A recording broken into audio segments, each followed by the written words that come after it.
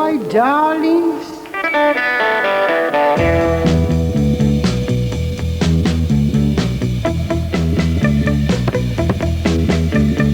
When you move in right up close to me, that's when I get the shakes all over me.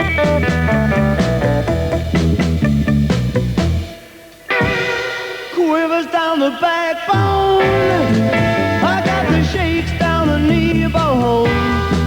Yeah, the tremors in the thigh bone, shaking all over.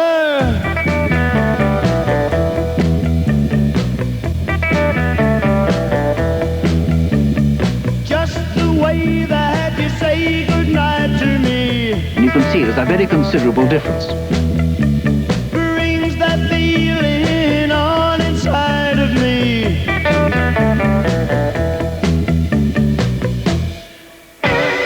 Quivers down the backbone, I've got the shivers down the thigh bone. Yeah, the tremors in my backbone, shaking all over.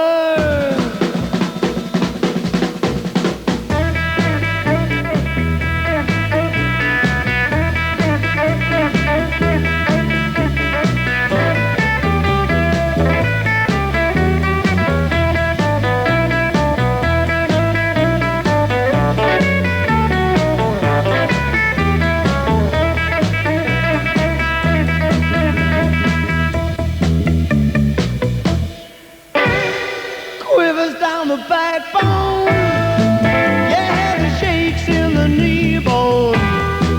I got the tremors in the thigh bone, shaking all over. I wonder when that was last played. About 1800, I should think. Hello, welcome to TV Heaven. Looking at our clips, you no doubt reckon that it was all happening quite a while ago. Well, you're right. The year we're looting of its television treasures this week is the earliest we've tackled so far. Not 1800, but 1960. On the good side, it was in 1960 that it was pronounced legal for Lady Chatterley's lover to be sold openly, instead of in a brown paper dust jacket marked "Teach yourself solid-state transistor physics." Traffic wardens appeared in London streets, strolling slowly along, hoping to spot an illegally parked Rolls-Royce. Mind you, you could have parked legally at Newport Pagnell, where at the first ever motorway cafe, greasy spoon breakfasts were fried. Well, up here in TV Heaven, we've selected 4 complete programmes to show you from that year. Firstly, Ian Henry with a mystery delinquent in Police Surgeon. What are you going to do about that money you stole? Yeah. You want to watch what you're saying, you do. Next, Dan Parsons' controversial documentary on Britain's youth, Living for Kicks.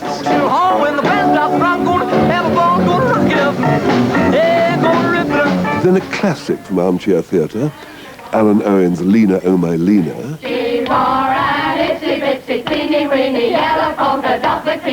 And finally, a comedy series which can be fairly described as offbeat, The Strange World of Gurney Slade.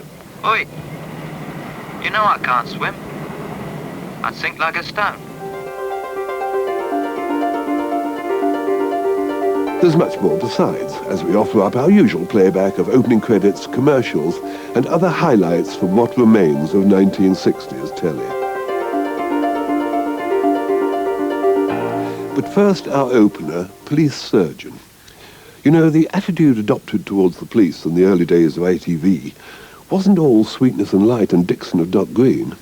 And Police Surgeon was one of the first series to present the police in a much more critical way, a realistic-looking portrayal of the police in action. It starred Ian Henry as the young police surgeon who brooded about it all a great deal.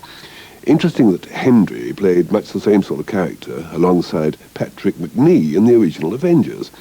Later, Henry went on to star as The Informer, and in the 70s, turned up in the Lotus Eaters. But here he is in the first episode of Police Surgeon, with young Michael Crawford, terrific as a skinny delinquent.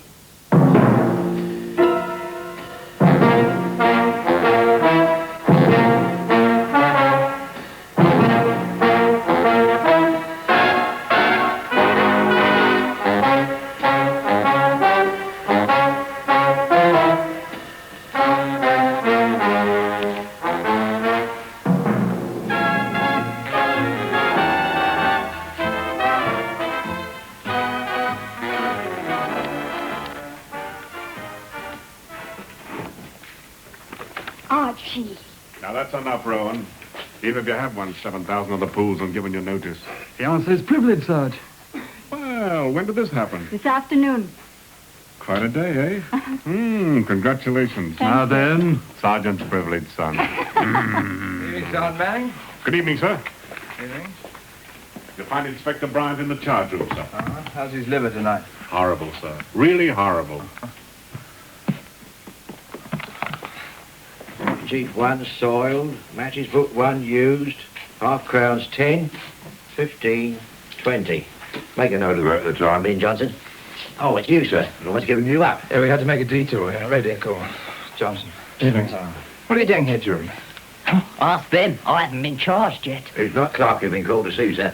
Prisoner in the cells, denying drunkenness. And don't you come the innocent either. You've been arrested on suspicion of being in possession of stolen property. And you're being held here for questioning. Get the jailer, Johnson. Save time when the doctor sees Murphy in his cell. Here, you, sit down over there. Serious trouble? You got 20 half crowns on him. Caught running away from a cigarette machine and been broken into. Claims he was giving chase to the real culprit. Johnson caught him. Bit dim up here, but quick on his feet, Johnson. Yeah. Have you got any witnesses? We shan't need any. As soon as the machine brought in, we'll get the CID to check the fingerprints, then we'll charge him. Looks as though it's here already. Oh, good work, Price. Put it over there on the typing table. Put a label round it, Exhibit A. Then ring up the CID, get them down here, they'll check with the shopkeeper. Right, sir. The jailer's here, sir. All right, open up with you. Keep an eye on that boy, Johnson. Come along, Doctor. What's the boy's side of him? Says he won the money of the dogs. Soon break that down. Yes. Yes, you put him away last time, didn't you? Caught him fair and square. Yeah, I'm sure you did. How long's he been out? 2 weeks. Well, Borstal doesn't seem to have done him much good then, does he? Maybe he needs a sharper lesson. He's been kicked around a good deal, you know. His parents don't help any. What am I supposed to do, play probation officer? Come along, Murphy. Sit up. Shut up, will you? Come on, sit up. Heavens, eh? That was a very short night. Look at the Inspector. Will you put me down at the bottom of the list so that his honour and me can meet each other with the same degree of composure? Come on, Murphy. Pull yourself no, together. This is the doctor to examine you. Huh? I'm glad to make your acquaintance, Doctor. You'll pardon me, Doctor, not getting to me feet, but I seem to have lost the power of me legs. Temporarily, of course. Mm-hmm. What now would you want to examine me for, Doctor? Huh? When charged with being drunk and incapable at midnight, you denied the charge and asked to see a doctor. This is the doctor called by the police. Now, Mr. Murphy, do you... Mr. Murphy, you're a man of breeding. Did you hear that, Inspector? Did you hear what the gentleman called me? Mr. Murphy, Mr. Murphy! That's the title one gentleman gives to another. I'm eternally grateful to you, sir. So you deny being drunk, do you, Mr. Murphy? Why should I deny it, Doctor? When it's plain as a pikestaff for the world and its wives to see. I'm as drunk, Doctor, as a fiddler's dog. Yes. Confidentially, of course, between you and me. Then why the devil did you deny the charge? Because of the tone you took. It's one thing to be unsympathetic and quite another to be uncivil. Besides, how was I to know you were going to take me seriously? 'Tisn't me you should be raising your voice to, but yourself, for your own stupidity. Do you want to be examined by the doctor or not? Indeed I do. Why should I want that? The decent man has more to do than bar with that drunken old Amadon the likes of me. The doctor's fee of 30 shillings will be exacted from you in the court tomorrow morning. If I had it, Inspector, I'd give it to him with a heart and a half. That's what he would do for the decent man that he is. And, Inspector, Maybe you'll see that I'm not disturbed again till I meet his worship in the morning. Will you see that? Yeah. Good night, Inspector. Good night, Mr. Murphy. Good night, Doctor. May God bless you. And God bless you, too. Amen to that, Doctor. Amen to that. Hurrah for the men of the West when Ireland was broken. Night certificate be all right for you, sir? You're putting in for a special fee. I think in the circumstances, a certificate's okay. Must be nice to earn money that easy. Hey, really mustn't take it out on me because the prisoner's made a fool of you, you know? Any news from the CID? No, sir. They're all out on that cinema job at the moment. Yeah, I want to see my doctor. You don't need a doctor. Any person detained at a police station shall have the right to summon his doctor or his lawyer on his own behalf. Such a request shall not be unreasonably withheld. Well, going by the book now, are we? He's right, you know. All right, Clark, the doctor's here. If he consents, you can see him. Yes, all right. But let's get on with it, shall we? I'd like a private consultation, please. Stand by the door, Johnson. You can have 5 minutes. Thank you very much, Inspector.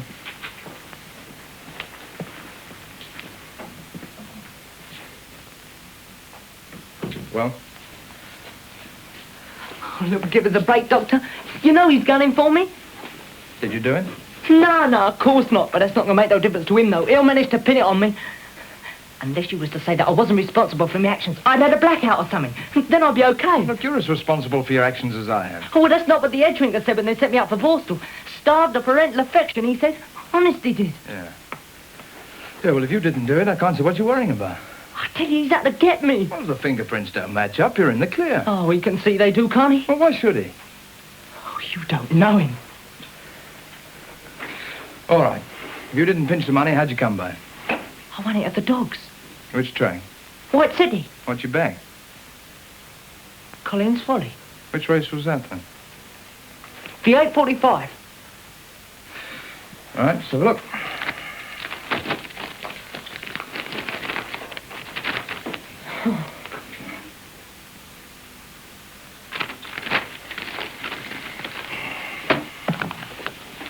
You're not just going to let them send me down, are you? I can't get you out of this mess, Jim. When it's over, if you want any help, you can always come and see me.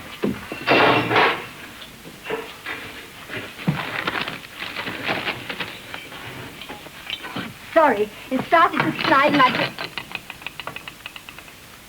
Exhibit A. Oh, Lord.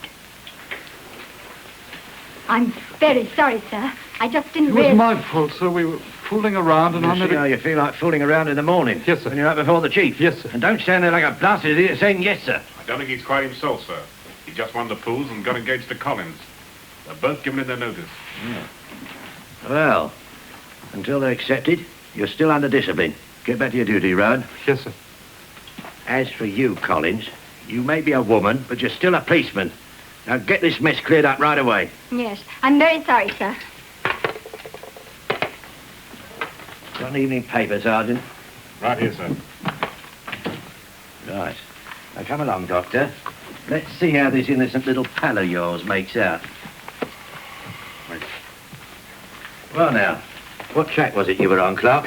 White City. Perhaps you'd like to tell me the dogs you backed. Yeah. Well, I didn't get there all late, see? I started off with 2 bob on My Beloved at My 2. Beloved, 2 bob at 2. Then I put the lot on Royal Princess in the 8:45 for even. Royal Princess. I missed the next because it was odds on. I never like to lay out more than I can win. Did Nick's Delight at 2s for 12 bob. Next Delight. Then I come home, see? 12 bob. Right. Now, twice 12's 24. Add your share, 36. How about the other 14 bob? Oh, well, tote prices, they're different, see? You still got 6 bob more than you accounted for.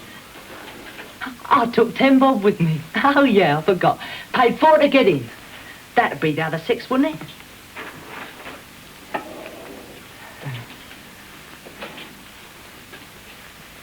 Well, Clark, under the circumstances, I've no alternative but to let you go. For the time being. Told you I wouldn't be able to make it stick this time, didn't I? Give him back his personal property. Should I get the area car around for you, sir? No, thanks. It's a fine night. I will. You got my paper, Jim? You and I are going to have a little talk, aren't we? Yeah, that'd be nice. One of these days.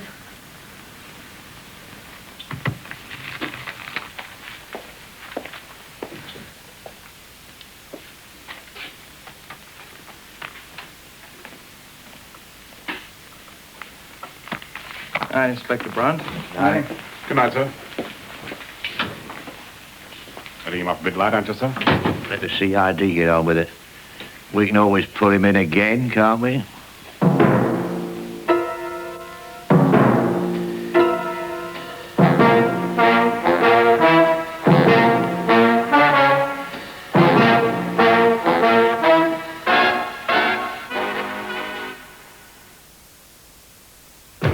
I move with the times. I want progress, performance. Now to fight fine dryness lines, I choose Plenitude Active Wrinkle Control, the latest discovery from L'Oreal. Active Wrinkle Control visibly reduces fine dryness lines and smooths the surface of the skin. Fine dryness lines fade away. My skin feels firmer and smoother and looks visibly younger. New Plenitude Active Wrinkle Control challenges the signs of aging. From London, fly the airline that has more flights to more U.S. cities. American Airlines. Now you can fly American from Heathrow and Gatwick non-stop daily to 7 U.S. gateway cities, including Boston, New York JFK, Newark, Miami, Chicago, Dallas-Fort Worth, and Los Angeles. And without changing airlines, you can fly American to over 200 connecting cities in the U.S. and beyond. No other airline gives you more of America than American.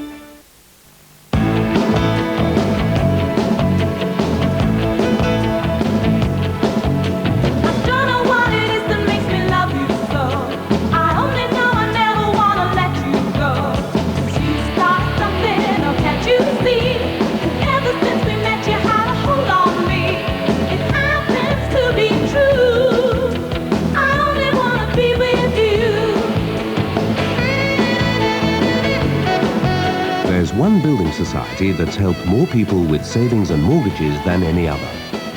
And we can help you manage your day-to-day finances with credit cards, cash dispensers, convenient switch payments, and Maxim, a check account that can pay you regular interest. Why would you want to be with anyone else? It happens to be true. I only want to be with, I only want to be with, I only want to be with. Get a little extra help from the Halifax. Oh no, Jethro. I'm afraid you can't have a pay rise. Your job's so much easier. Now you've got a Flymo with its unique vacuum collection. Be grateful. With any other offer, you'd be raking the cuttings up afterwards. I wish I was raking it in somewhere.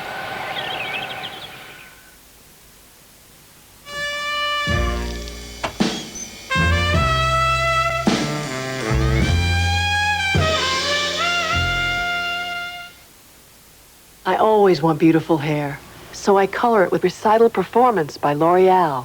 The color's translucent with layers of light, and my hair feels fabulous, I'm told. And I'm worth it, I say.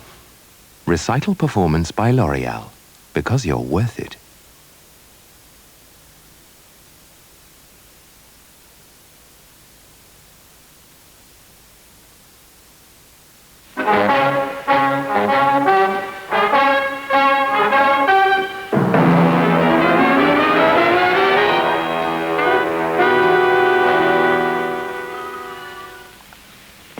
That's for the tea and the sandwiches. And could you change these coppers for me? How much, Dad? The shillings worth. Oh, right, Would you? right. Thank you very much. You're very nice.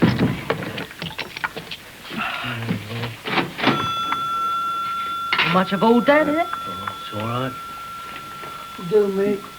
I can manage it, right? Poor old Santa.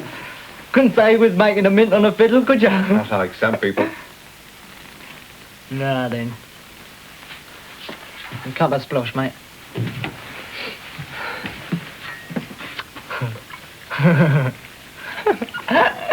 Sharon. Oh, dear.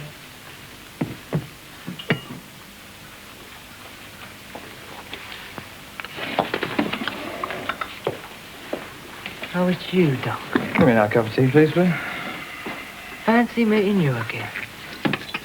Share what, then? The joke. Take for both of us. Right, Doc. Here. There's no need to do that. I know. Why don't you come and sit down?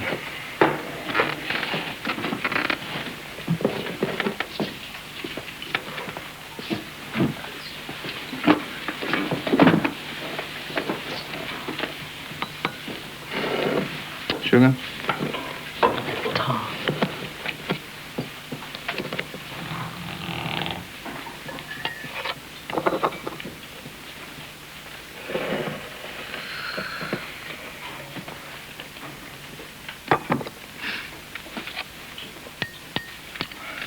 Well, what was so funny?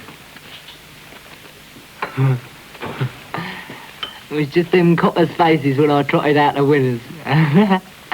Oh, that was the right giggle, that was, wasn't it? You got to admit it was the right giggle.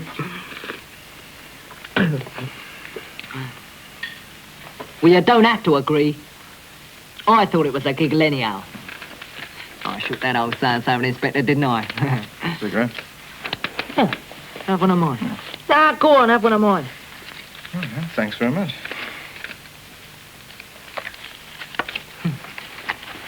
Fancy you coming in here then, eh? Well, it's nice and handy, isn't it? Oh, yeah. Andy, all right. Thank you. Dreadful smell of coppers in here sometimes, eh? Just wouldn't have thought it was your style, that's all. Not really. What are you going to do about that money you stole? Yeah. Well, you want to watch what you're saying, you do. You heard the inspector, didn't you? He couldn't prove nothing, could he? What then? What do you want to go stirring it all up again for? He didn't know about the newspaper, though, did he? Well, why don't you go and tell him then? Go on, tell him. You're a pretty silly clot, aren't you? Tar very much. Well, that's the end of that little conversation then, isn't it? Yes, if you want to play it that way, yes. You know, what puzzles me about you is that you don't have to be dim. Oh, Tim, I'm just a bit older than you. Ah, no sermons, please. There, but for the grace of God and all that lot. I had enough of them in Borstal. Yes, I can imagine. There was one bloke there. Called himself a psychiatric social worker or some such nonsense. Never mind that. I took a real shine to him. I really opened out to this geezer. This was later. In the death, it turns out he's writing a book. Trying to land himself a load of guilt. A lousy book. And all along I thought he was... Oh, you can't trust none of them, can you? And you're no different either. Oh, yeah. I've had a lot of do-gooder at me one way and the other. All trying to kid me up just like you are. Well, you never see. You and people like you. You just sit there, don't you? Waiting for the plums to drop into your lap. Well, they don't drop our way. And they never have done. You could always work for them, you know. Oh, yeah.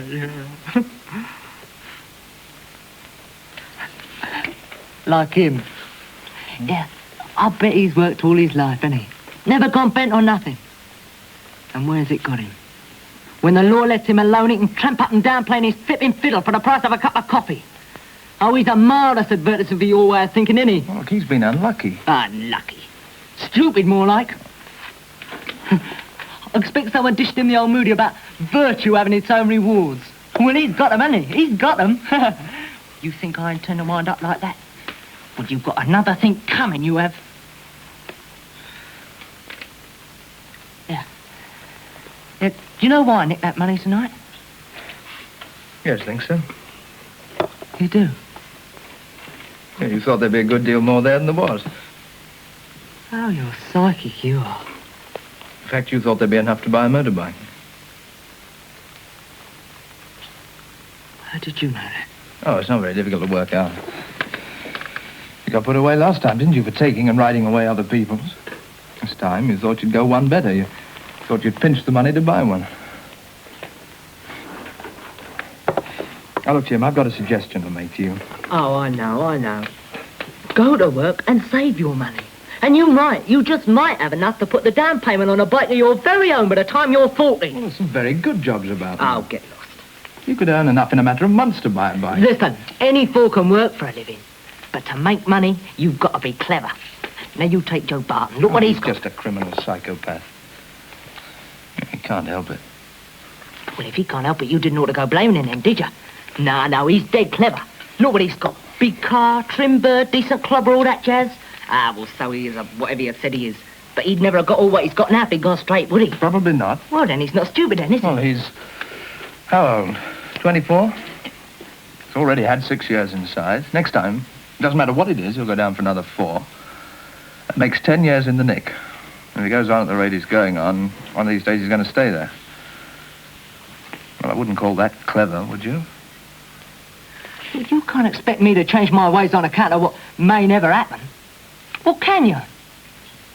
I understand you've got a job for me, sir. That's right. You're fooling the suspect for breaking into that thing. Had a bit of an accident, destroyed the fingerprint evidence. Did he have the money? For the money, Johnson? No, sir. I gave it back to him. I thought you said... I said his personal property. All right, I'll deal with you later. I suppose now you want us to turn up some witnesses. The only chance we've got. Well, sure you can lay your hands on the boy if we do get anything on him. Of course. All right. We'll do the best we can. No, I know what I'm doing all right. You don't get nothing for no one these days, not unless you take it. What it be? Scratch your hand. Need a card in. Come on, set him up. Fetch that ball out from under the counter. What's that? Cool, did you hear that? He ain't got a license. Good mind to take our custom elsewhere, haven't we? That's right. Yeah, well, we'll overlook it this time. 3 teas, mate. Make it snappy.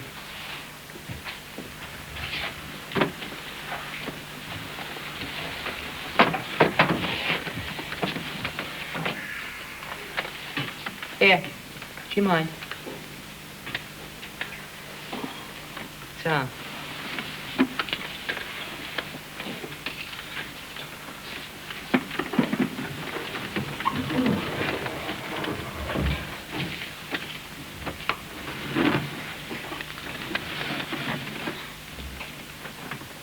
Stopping up the place a bit, ain't you, love? Well, couldn't you take another chair? Just do as you're told. We can all get some sleep, eh? Do you have to put your feet on the chairs? No, then don't get saucy. Oh, no. Bit slow on your plate, there, ain't you? Come Look on, what you're you're after, all isn't right, it? Yeah. You got it then, didn't you? Now then, pack it up. Want a joint wreck, do you? Hang on, Join it up. please, you'll break it. Oh, keep it, break it. Wait up. You talking to me? That's right. Well. Let's see you make us. Now pack it in. Yeah. Come on, mate, up you get. Oh, thank you. Mate. Go on. Thank you very much. Now, you watch it. Thank you. Let's get out of here. Hey, what about your teas?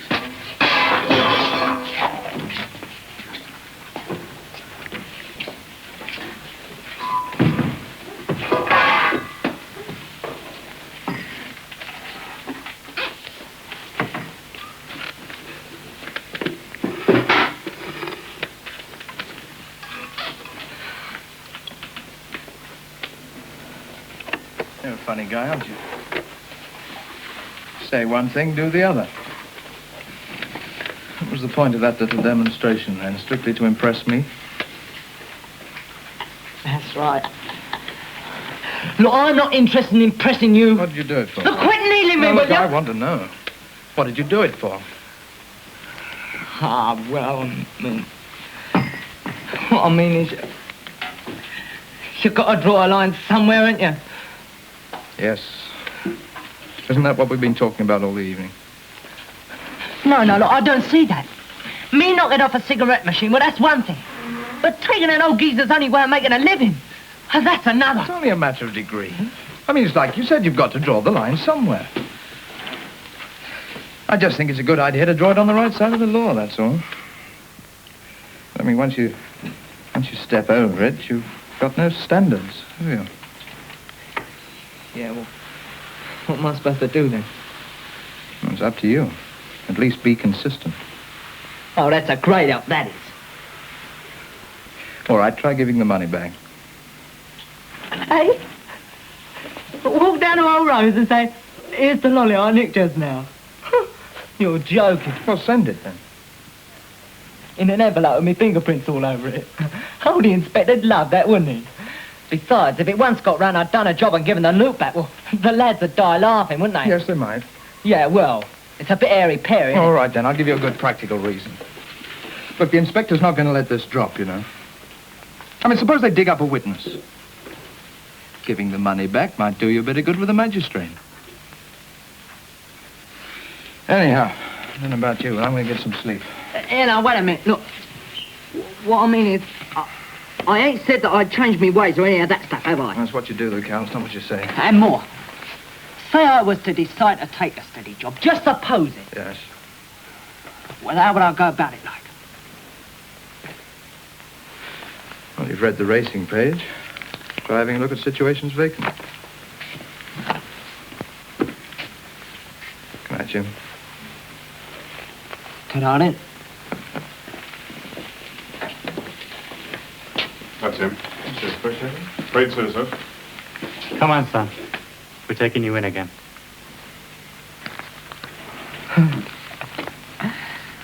Just as I was responding to that treatment and all. What's that? Never mind, mate.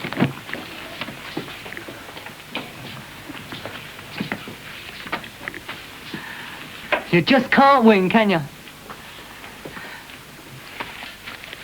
Well, you better have this back then, eh?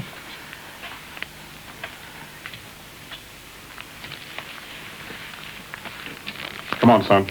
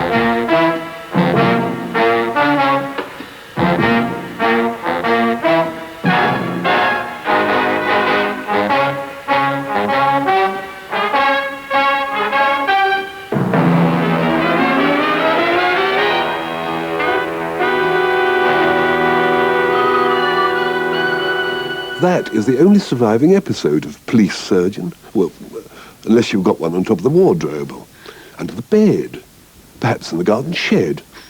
Why not have a quick look during this ad break? You never know.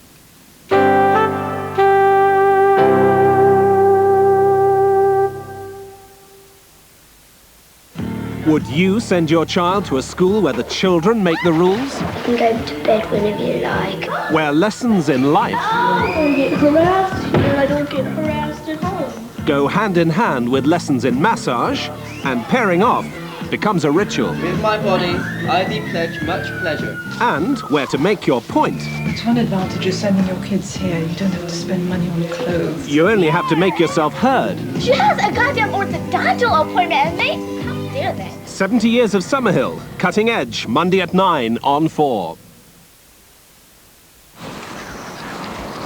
Hurry. That's all right, it's all right. Hurry. Buy a used car from Network Q and you'll be saying thank you, because at Network Q, every used car gets 114 checks, just like a new car. Thank you. Network Q, treating used cars like new. A Terry's chocolate orange deserves to be treated with respect. After all, it took 3 months just to design the box. And it's made with real oil of orange. Extracted from the finest American oranges. You just can't help treating with a certain reverence the perfect symmetry of each delicious orange segment. It's our thought, care and attention to detail that's completely wasted on you. In tomorrow's Sunday Mirror, Judy Nelson on the love affair that shocked the world. Read about Martina and me only in tomorrow's Sunday Mirror.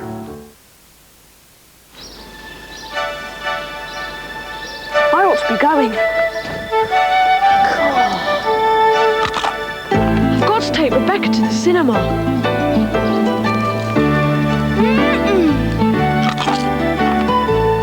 I asked her weeks ago.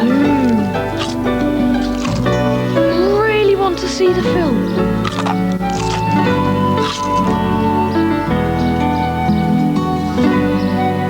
You talked me into it. I'll take her next week. Good idea. Why do Walker's crisps always taste so good?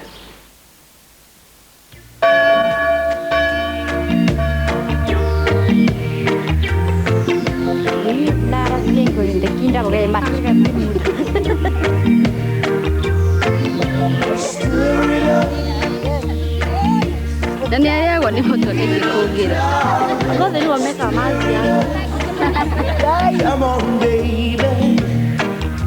Come on and stir it up. No, y es que siento una pena con... What's said over coffee the world over is much the same, but the coffees themselves are surprisingly different. Lion's 100% pure Colombian, Kenyan, and Costa Rican.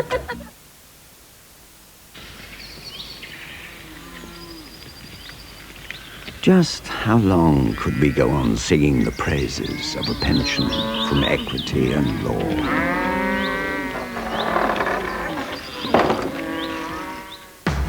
Equity and law. Need we say more? I'm going back a few years when partners knew a bit about beer. If it was a Curry's Best, that's when you'd hear the strange protest. Funny glasses with a little piece of ice. Anything that comes with lemon in a slice. Fancy cocktails that are shaken and not stirred. Drinks with cherries in that make you look absurd. With your finger cocked to leave your friends impressed. Anything that ain't a pint of Curry's Best. Mine's a pint of best. Remember a pint of best? Mine's a pint of best. Courage, do.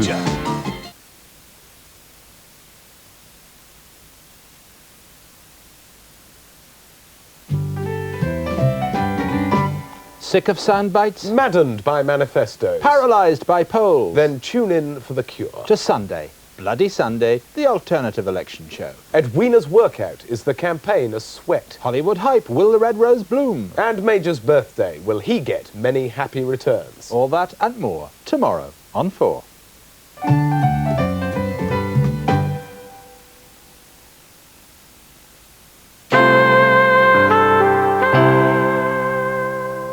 Welcome back to TV Heaven. We have for you now our regular roundup of those evocative title sequences, which we call opening shots.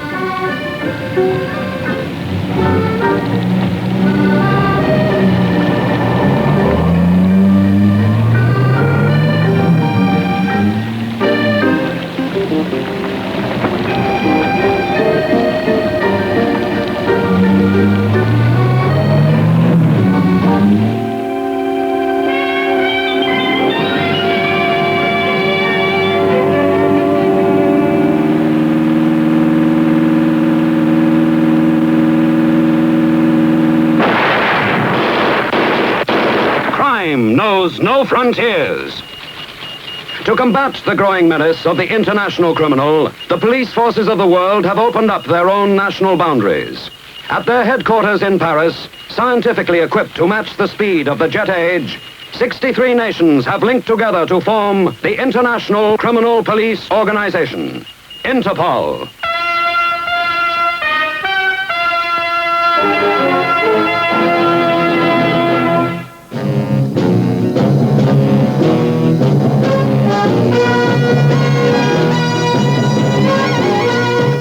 Every government has its Secret Service branch. America, it's CIA, France, Deuxième Bureau, England, MI5. A messy job? Well, that's when they usually call on me or someone like me. Oh, yes. My name is Drake. John Drake.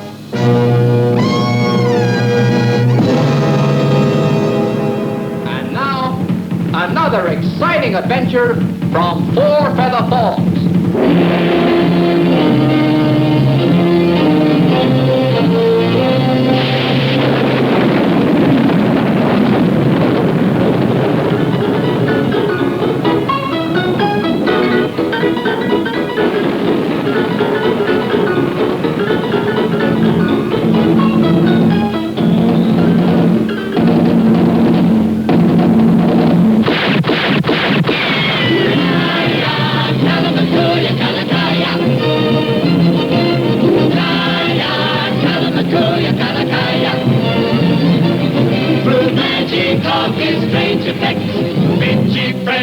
Two-gun Tex. Galamakuya, Galamakuya, Galanaya.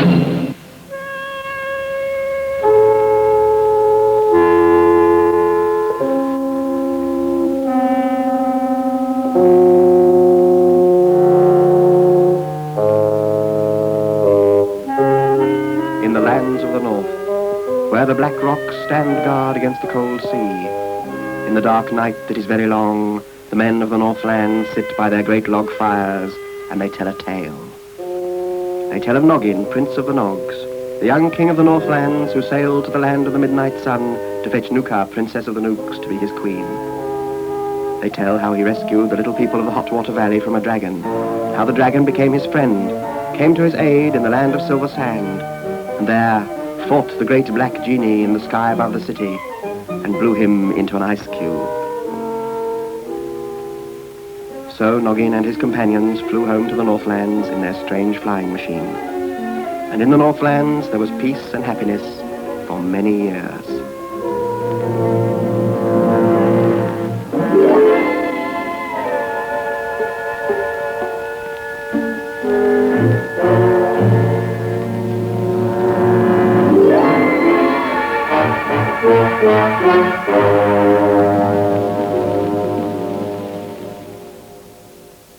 Next up is a selection of those choice cuts still with us from 1960, cannily titled A Choice of Viewing.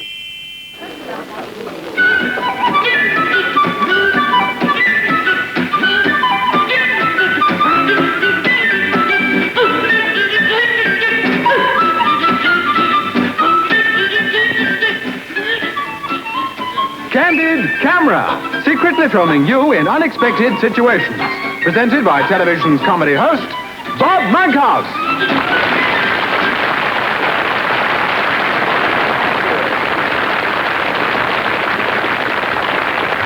Hello. Welcome to Candid Camera, ladies and gentlemen, the show that puts you in the picture. Now, do you know where the funniest comedians in the country are right now?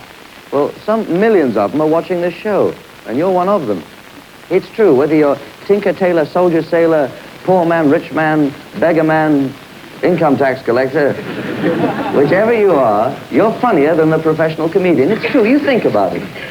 How many times have you looked out of the window of a bus or a train and you've seen something, someone doing something that has made you want to burst out with laughter, or you've gone home and said, I saw the funniest thing today, I wish I had a camera with me. Well, we've got a camera, a candid camera, and then you run into another snag. Now, the professional comedian can be himself on TV, but the average person, well, they're just not natural in front of a camera. So we've got cunning about it. We've hidden our camera, you see. We conceal it. And we're filming you and your neighbors as you face life's little difficulties. Well, you're not getting anything, are you? You're not getting anything, are you? I don't know. It's, Well, I want you to try and imagine now that you're a garage mechanic and that you've got to fix the engine of a car. But what happens when the car hasn't got an engine? Jonathan Ralph from the Candid Camera team removed the engine from an ordinary car.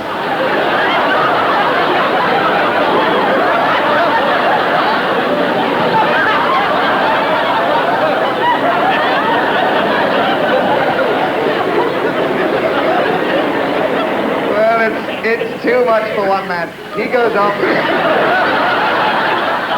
Now he's going to have a summit conference. All the boys in the garage get together, and they come over to the car. They have a long look in the bonnet. They have a long think about it, and then they come to an important decision. This is it. There's no engine in it. Well, I don't know about that. All I'm interested in is the driving. You can't drive with no engine, can you? Well, can you do something about it? How did you get in here? Pardon? How did you drive in here? We just came from Basingstoke. Colonel comes from Basingstoke. There's a fire here, you know. We've got to go up there. What do you think of it? Not crazy, is it not crazy? No. What have you got in it then? I don't know. Also, yes, sir? this man over there, he's making a nuisance of himself. Oh.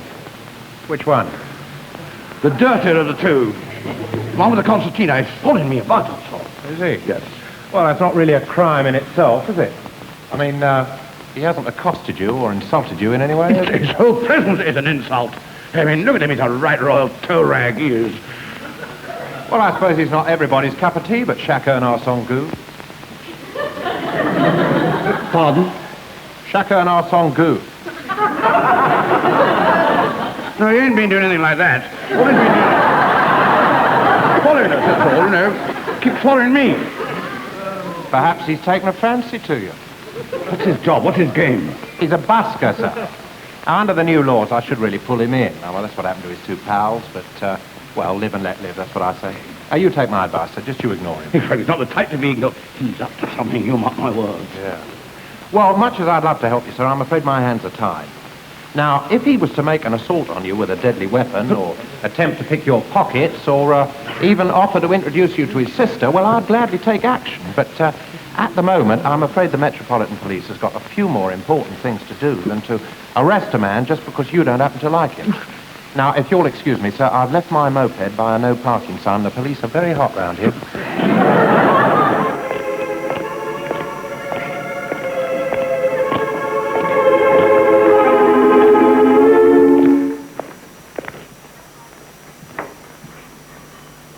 At some date in the future, you will commit a murder. I see it too often, tell people it's awfully. Only when I see it in the hand, Lord. Of course. Yes. I couldn't possibly commit a murder. I wouldn't know how to go about it. Oh, no doubt your lordship has some friend who could advise you properly. Oh, I couldn't possibly tell any of my friends a secret like this. It'd be all over London in an hour. There must be someone your lordship can trust. Oh, my man Baines. Mr. Podgers, do give me your word of honor. You see this terrible thing in my hand? That is the prognostication. I see, yes. And there's no escape? Oh, no, none at all. This is ridiculous. I shouldn't possibly commit a murder. I should be far too busy. I'm getting married next week. Well, need you let it interfere with your arrangements, my lord? After all, you may have many years of married bliss before the unhappy event takes place. Potter, I couldn't possibly think of marrying with a sort of, Damocles? Thank you very much. Hanging over my head. Don't despair, Lord Arthur. After all, for all we know, fate may have ordained you to do this deed before next week. In which case, you may marry Miss Merton with a clear conscience. Mr. Podgers, you're absolutely right. If I have to commit this terrible deed, it's my duty to do it before my marriage. Your nobility is most moving, my lord. Thank you. I'm well known for my nobility of character. Except amongst my relatives, of course. Well, I suppose there's no time to waste. I suppose I'd better go and pick a victim. Shall we say client, my lord? Oh, thank you. It sounds better. Good day. Good day, my lord.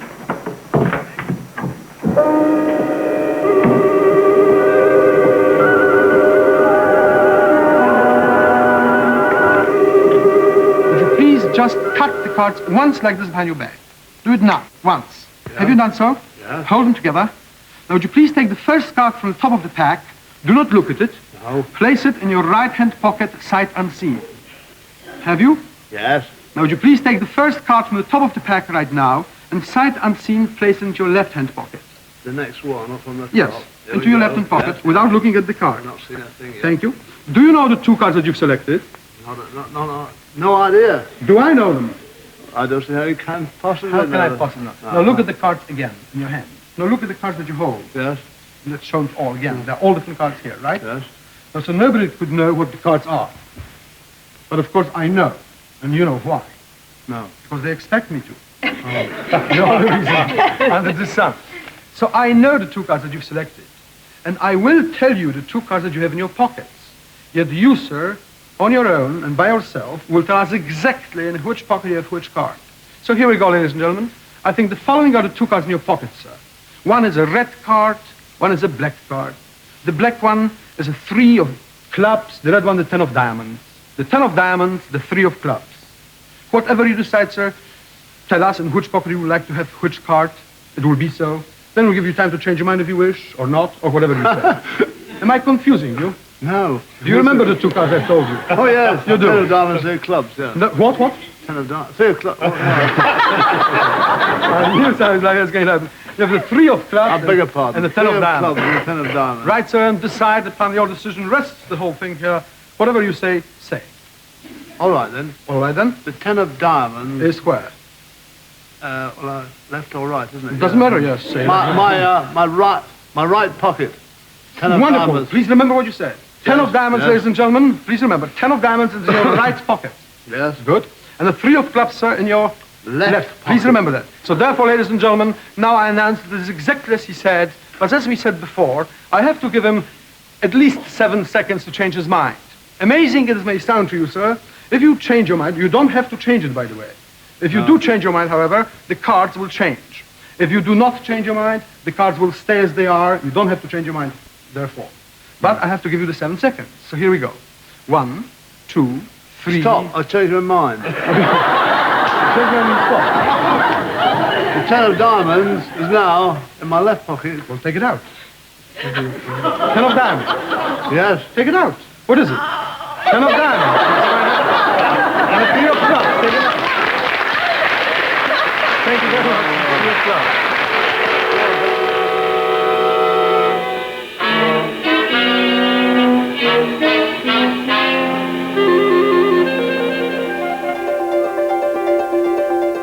Chan Canasta there, trying out his magic powers on a somewhat bewildered Ted Moult. After the break, Sexpresso Kids in TV Probe.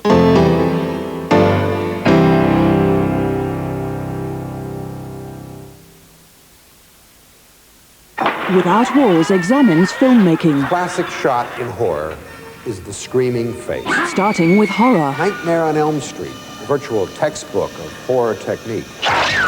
Ghosts are frightening, nightmares too, but how about a homicidal ghost who invades your dreams, then has the power to slip from your nightmare to reality and mutilate you? This is just a dream. He isn't real. Followed by A Nightmare on Elm Street, the most celebrated horror film of them all, on Channel 4. It's rather unnerving.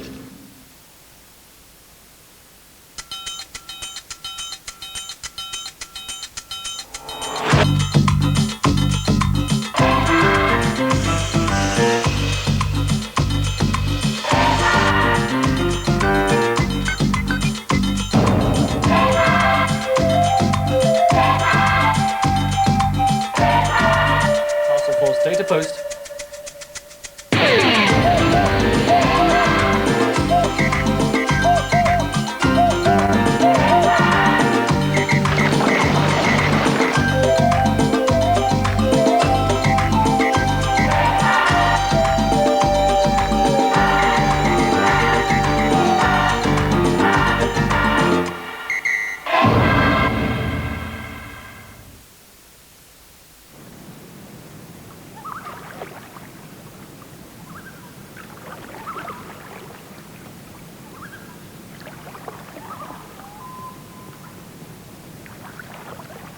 There's nothing like traveling in a stress-free environment.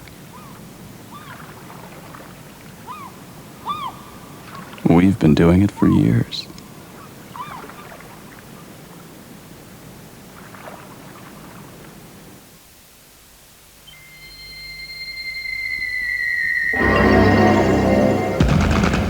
After a 14-month, 50,000-mile test, the critics at Car Magazine described the re-engineered Rover Metro with a few choice words.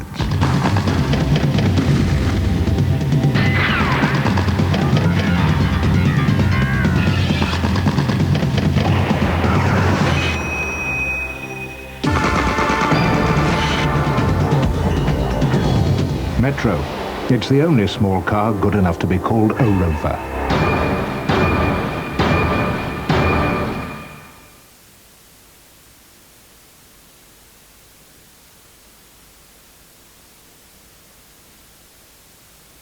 Hollywood, Los Angeles, California. Probably the smoggiest city in the world. And all next week, I'll be braving the fumes to bring you 3 shows that capture all the glamour, excitement and insincere emotions that Hollywood has to offer. Whether it's poolside in Beverly Hills, backstage at an Oscar party or barbecuing on Malibu Beach, I'll be there suffering through it all to bring you top TV entertainment. Join me, Jonathan Ross, next Monday, Wednesday and Friday at 6:30.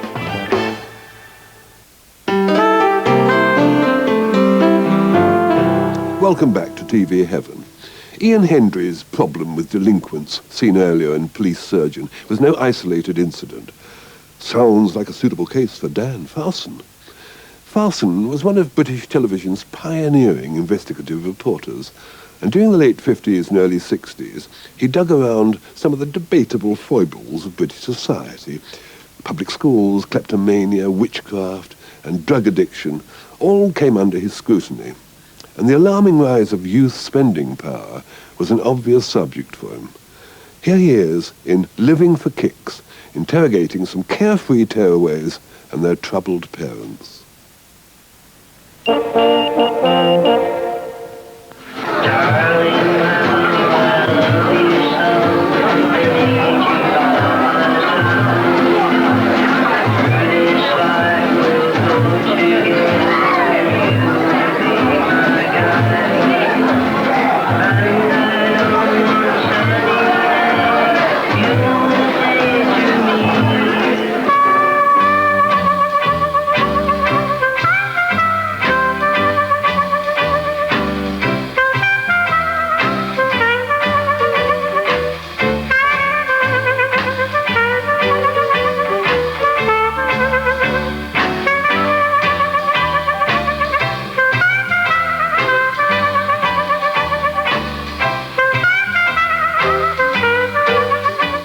So much has been said about teenagers recently that I must admit I flinch at stepping on this well-trodden ground again. I certainly am not going to attempt to reach any profound conclusion. All that we hope to do is to observe a new type of teenager, a teenager who is making more money than was ever dreamt of in the old days, who has got a new spending power, and with that power is able to enjoy himself, or fails to enjoy himself, in a completely different way.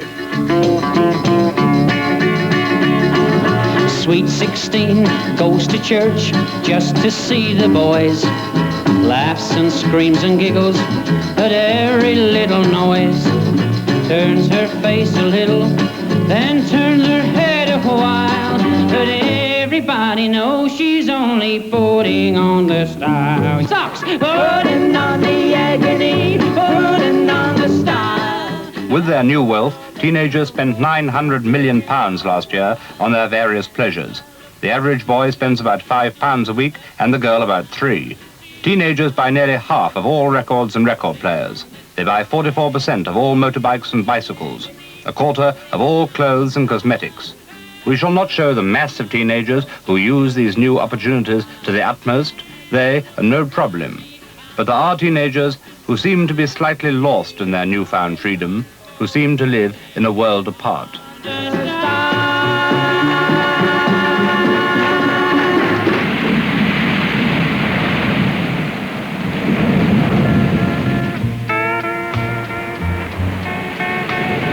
Brighton, a favourite place for almost everything, including retirement.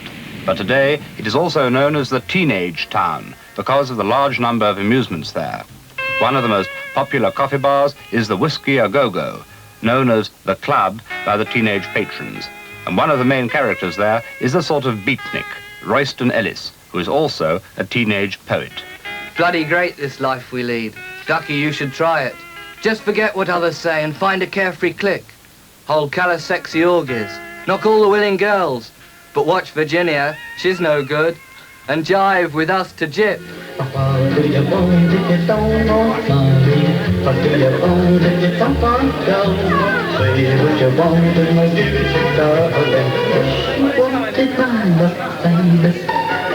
Say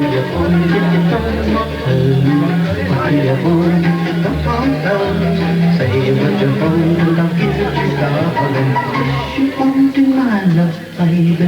Well, I'm offering you this heart of mine. Well, all we do is play it. Royston, do parents ever try to stop their children from coming down here? I believe they do. They seem to have something against this place. What do they have against it? Well, maybe they think their daughters are going to meet up with some nasty characters or something. Are they right in that? I don't think so. The girls who come down there know how to take care of themselves. Do they have to take care of themselves? No, not always. I mean, fellows who come down here, they bring their girls down here. Know that girls they're going steady with. Do you think that any parent can feel perfectly happy in their daughters coming down here? Oh, definitely. Good gracious. I mean, the teenagers nowadays aren't the kids that the parents seem to think they are. They know how to look after themselves. Is this because your views are more broad-minded, more advanced, do you think, than the parents? I think so. We know about living really before we start now. That's why we're living at such a faster pace. Or just high spirits? I think so, yes. Or is it because fundamentally morals are far more lax today among teenagers than ever before? Well, that is quite true. You see, a fellow who's going steady with a girl, he has sex with her as a natural development of this friendship. And I do believe that no teenager will marry a virgin for the simple reason that before he marries her, he'll have sex with her. Well, it is understandable, I suppose, that some parents wouldn't understand this or like this. Yes, that's true, and I wish they'd be a bit freer in their attitude. I've heard of one girl, she's 16, her mother doesn't like her going out with boys. Do you think that very unreasonable? Well, I do, definitely. Well, when she doesn't like her going out with boys, what exactly does she mean? I don't really know. But you see, this is another thing about parents. They say that their daughter should be in by a certain time. What they don't seem to realise is that what's likely to happen after this certain time is, if the girl's willing, going to happen before it. Are there any youth clubs in Brighton? So they tell me, but quite frankly, I don't see the point in them at all. You see, these people who are worried about the teenage violence and things like that, worried about the teenage problem, they should be down here in the coffee clubs. But you wouldn't want them down here?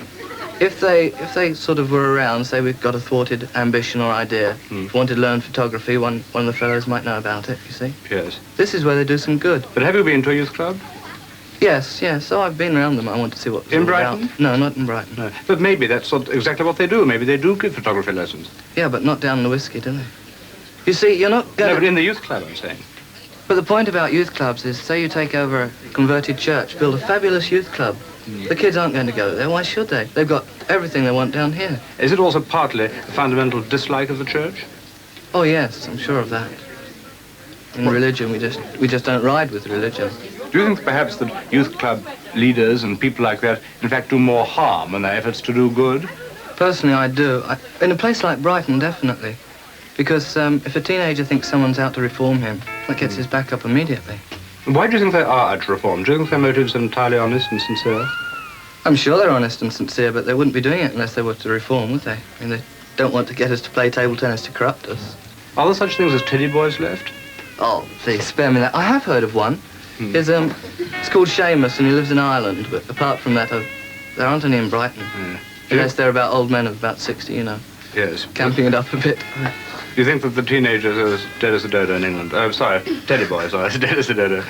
Yes, I think so. Well, he went out about 5 years ago, didn't he? That's one of the troubles. The press and adults still regard teenagers as teddy boys. And we're not, you know. And neither are we sort of dissipated yobs corrupted by crime, sex, drinking. We're just a bunch of kids out for kicks.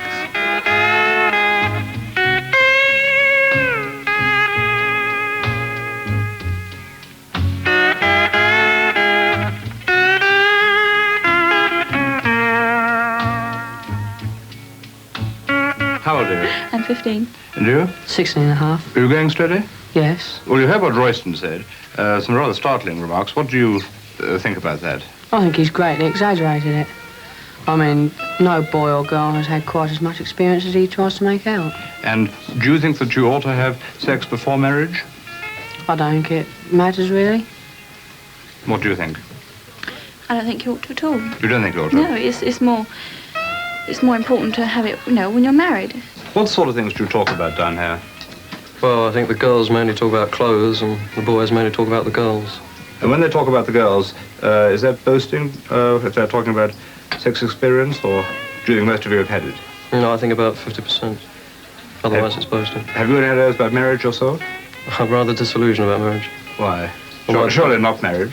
No, not yet, but my parents made rather a hash of it. Do you live with them? No. When did you last see them? Ooh, about 10 years ago. What are the things about adults and their attitude towards teenagers that annoy you in particular? I think most adults just think that teenagers are uncouth and rude. I don't think that's at all true. No, you don't think that there's more looseness in manners now than there used to be? Yes, but I think there's looseness in all manners. Royston has just made a remark that rather astonished me. He says that no teenager down here would think of marrying a girl who was a virgin. Would you say that was true? No, I don't think it is true. Do you think it's a common attitude of the men? Well, I couldn't say actually, because I know myself I would. I don't know about anybody else. You would what? I would marry a virgin. Yes. And,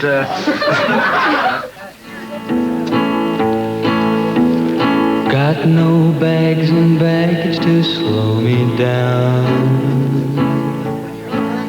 I'm traveling so fast, my feet ain't touching the ground. what is the special fun you find here? Well, you're talking to a bird and all of a sudden she disappears. Some other kid is lumbering it in the corner. You find this exciting? Well, it's good, like, you know. Aren't you exaggerating a bit? No, I'm not exaggerating at all. Really? No. Do you go to pictures? Well, Savoy, like, when you get chucked out. You get chucked out? Yeah. Why? Well, messing about in there. Really? Well, everything that you're saying would confirm what adults say, that teenagers behave very badly. Well, no, they don't. It's only Royston see they get their kicks, don't they? Yes, More or but if you get chucked out of a cinema, you must presumably be behaving badly. Well, no, you're not behaving badly, only stamping your feet when somebody cracks a joke or something like that. You must be annoying other people. No, there's nobody out, no old people in there. We're not when we get down there, anyhow. But you drive them all out. We're scared to come in there when we go in there. So how old are you? 15. Well, you're going to be glad when you get school over with? Yes. Why? Well, it seems to bore me, and they seem to treat you terribly childishly. They still think you're just a child, just a schoolgirl. You are a schoolgirl? Yes, in a way. What about your parents? Do you get on well with them? No, not usually, not very well. Why not? Well, they don't approve of the boys I go out with. They don't approve of the time I stay out at night. They think I ought to stay in more. I don't go out very much, but they still think I ought to stay in more. And do what at home? Nothing, just sit and row with them and watch television, I suppose. You do have rows with them, do you? Yes. Do you bring your boyfriends back there? I don't. I don't want to now. No, well, how do they know them? This is past experience, is it?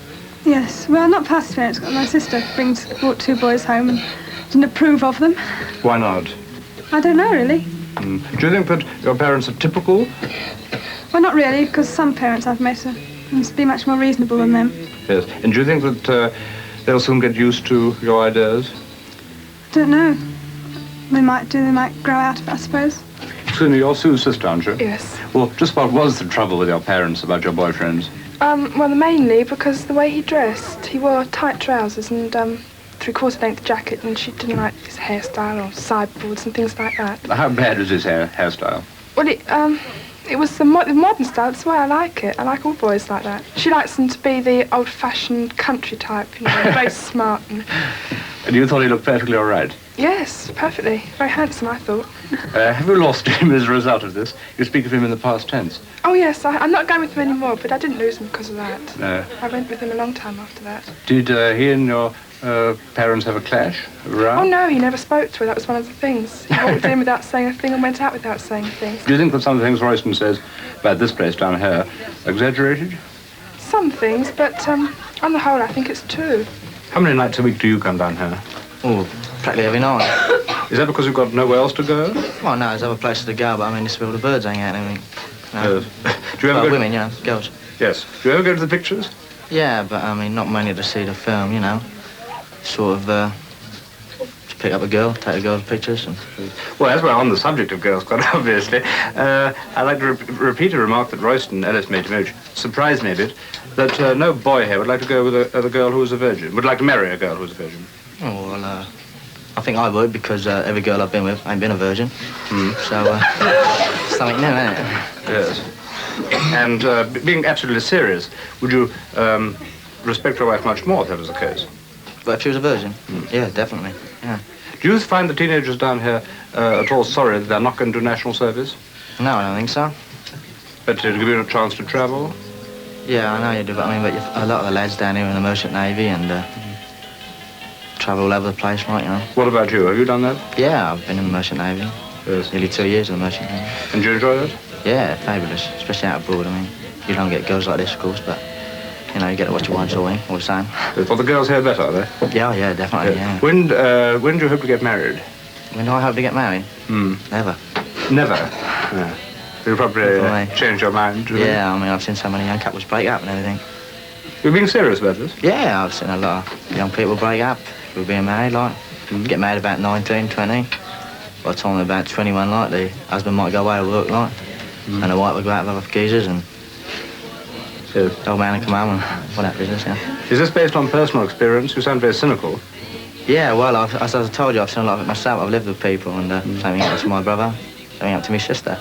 Yes. I mean, she's my sister, but she was going out with other geezers while my brother-in-law was away on. But maybe you could avoid the situation yourself. No, well, I don't, because I like girls too much, so if I got married, I'd probably go out with other girls. 9:30, ain't on time.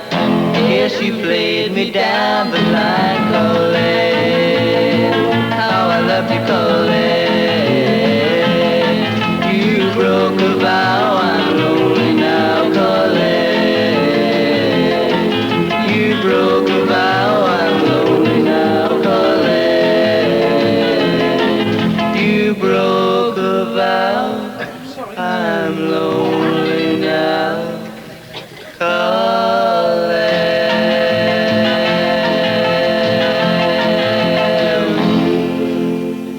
I think it would be fair to say that the teenage attitude towards sex is rather different today. One question seems to loom over the Whiskey A Go-Go coffee bar, and that is the question of having sex before marriage. Doctors say that sex before marriage can be dangerous because of the guilt complex that can be aroused. However, boys and girls do mature at a much earlier age than before the war, 2 years earlier. One solution is the teenage marriage. But unfortunately, it must be admitted that the divorce rate is highest among those who married in their teens. But when the marriage is successful, there is the advantage that children grow up with the young parents. And a blissful example of this is the family that live near me at Limehouse Lock. Raymond Subon married Sylvia when she was only 16, and she's now 19, and they have 2 children. Hello, Sylvia. How old were you when you first met Raymond? Just getting on for 17. And you got married soon after that? Yeah, 4 months after. Well, now, what about all the teenage fun that you would have been having? I know you like dancing, for example. Yeah, well, indoors we dance on our own, and the babies, they drive around. And you dance with Raymond indoors, do you? Yeah, and every time the music comes on the television and that, the babies say, come Dad, dance, and he gets up and dances with them, so Yes. we have some fun. What happens if you're going to have a lot more children? Will that make it difficult for you getting out and about? No, because if I want to go out, Raymond has the babies for me, don't mind looking after him if I go out. Was his proposal very romantic? No, he just said we get married, that was all. Just like that? Yeah. Yes. And what did you say? All right. Yes. Because I loved him and that, so it was all right. What do you think are the advantages of being married so young, of a teenage marriage? Well, I think it's best to get married young, then the children grow up with you, don't they, if you have babies then? Yes. And are there any difficulties by getting married so young? No. I mean, I wish I could go work, though. It's the only trouble. I want to go work. Why? Because you get bored here, or? No, it's not that, but Money? my husband doesn't get much wages, Yes. so I want to go work so we can buy things for the house.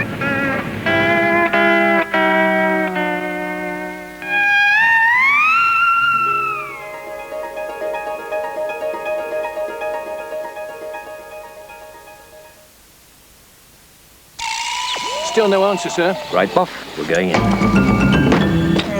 Wendy! Snake bite. Right, Buff. You listen to his clothing. I'll get the local doctor. Al medico aquí, Perto. Tabang adior. Last. What is it, sir? Apparently he is the local doctor. That's enough loosening now, Buff. We're looking for his Barclay card, sir. His Barclay card? This man's in no state to go shopping. No, I'm going to phone them up for medical advice, sir. You're going to phone Barclay card for medical advice? Barclaycard International Rescue, sir. They can send doctors and... Look, we're wasting time here, Boff. This man has a serious case of snake bite, and there's only one thing that's going to save him. I'm going to have to locate the wound and suck out the poison. Yes, actually, I think perhaps you better phone Barclaycard, Boff. I'm not sure I've got there. You know, my lips were a little... But, well, I thought I had a solution, but then...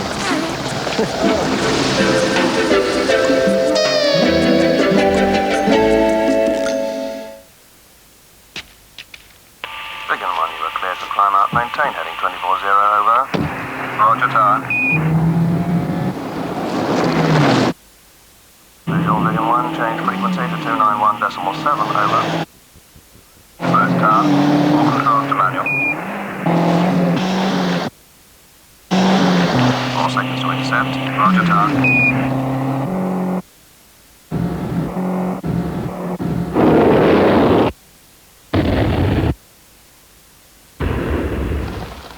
Sierra, Alpha, Alpha, Bravo, Saab. We are never far when you need a car. We'll be there for you to rent a car. Eurodollar. All right, come on! Free with A People Tomorrow, a great glossy guide to the Grand National. All you need to know, how it all started, unforgettable moments, the famous horses, those amazing jumps, plus flat racing special, champion jockeys, top trainers, and a big race calendar. It's a winner. Buy The People Tomorrow. Hover stripe? Hover stripe, Jethro. The Flymo hover stripe has an H at the front and a roller at the back. I'm going back a few years, where partners knew a bit about beer. If it was a carriage fest, that's when you'd hear this strange protest. Funny glasses with a little piece of ice. Anything that comes with lemon in a slice. Fancy cocktails that are shaken and not stirred. Drinks with cherries in that make you look absurd. With your finger cocked to leave your friends impressed. Anything that ain't a pint of courage best. Mine's a pint of best. Remember a pint of best? Mine's a pint of best. Courage, dude.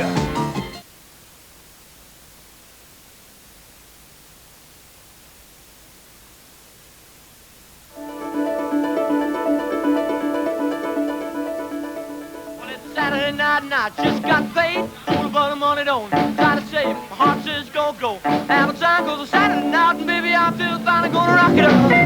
Yeah, I'm gonna rip it up. Gonna shake it up. Gonna rock it up. Yeah, I'm gonna rip it up. At the ball tonight. Yeah, well I got me a date now. Won't be late. I picked her up in my 88. Shack on down by the social hall. When the band stops, I'm gonna have a ball. Gonna rock it up. Yeah, I'm gonna rip it up. Yeah, I'm gonna shake it up. One of the great teenage freedoms is freedom of expression in music and in speech. In the Castle pub at Tooting, I listened to the guest pop singer Duffy Power, and I also spoke to two boys who had certainly found their tongues. You must meet a lot of teenagers. Do you think that they do have any problems that haven't always existed before?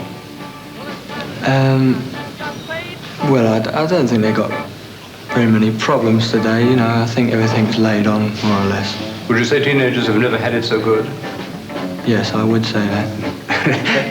They're not as happy, I don't think. They're not as happy? From what I can hear, you know, from what my mother and father tell me, you know, teenagers were more contented when they were young, from what they tell me anyway, you know, I'll take their word for it. Now, a lot of people say that teenagers today are problem children. What do you think about that? Well, I suppose they are in a way. What way? Well, my mother's got a teenage problem, hasn't she? Who are you? Yeah. Now, a lot of people say that teenagers today are terribly detached from reality. Yes, but people don't think about their times, do they? What they used to do in their time. People say, my mother turns around to me and says, when I was your age, I wasn't allowed out at 10 o'clock and all that. I was only allowed to have 2 shillings and 3 shillings wages a week. But times have changed, haven't they? Prices have gone up. Yes, but you probably make far more. far So more. you go and buy a pair of trousers today, it costs you £3. Yes, but you make far more. And anyway, people turn around and say, if you wear tapered trousers, you're a teddy boy. Now, wait a minute, what about in the Charleston style and all that? They wore drag dresses and all that then, didn't they? They wore big baggy trousers when they had bell bottoms, right? But do you find that Older people do pick you up all the time for your clothes? Yeah, well, they always do. My mother doesn't like these sideboards. Tells me to cut them off every night. Well, do you mean to say then that you think things are worse for teenagers today than ever before? Yeah, definitely. No, definitely not. Well, Well, I mean, look, well, look at it this way then. A few years ago now, I read a book, a true book, and a boy nicked a loaf of bread, right? And the judge liked this boy when he was in court, right? So the judge says to him, I'm not going to hang you, so you'll go to this torture house and they're going to pick a chapter out of the book. Well, when he went there anyway, they just opened the book and the bloke read a torture. He read a chapter, right? And while he was reading this chapter, this boy was being whipped.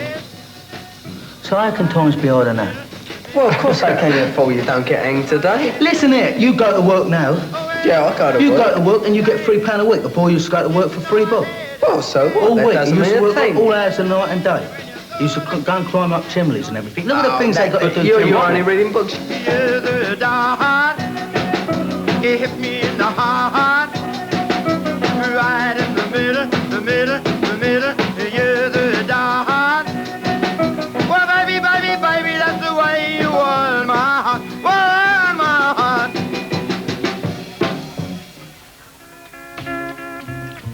A reasonable charge against teenagers is that they are too easily bored.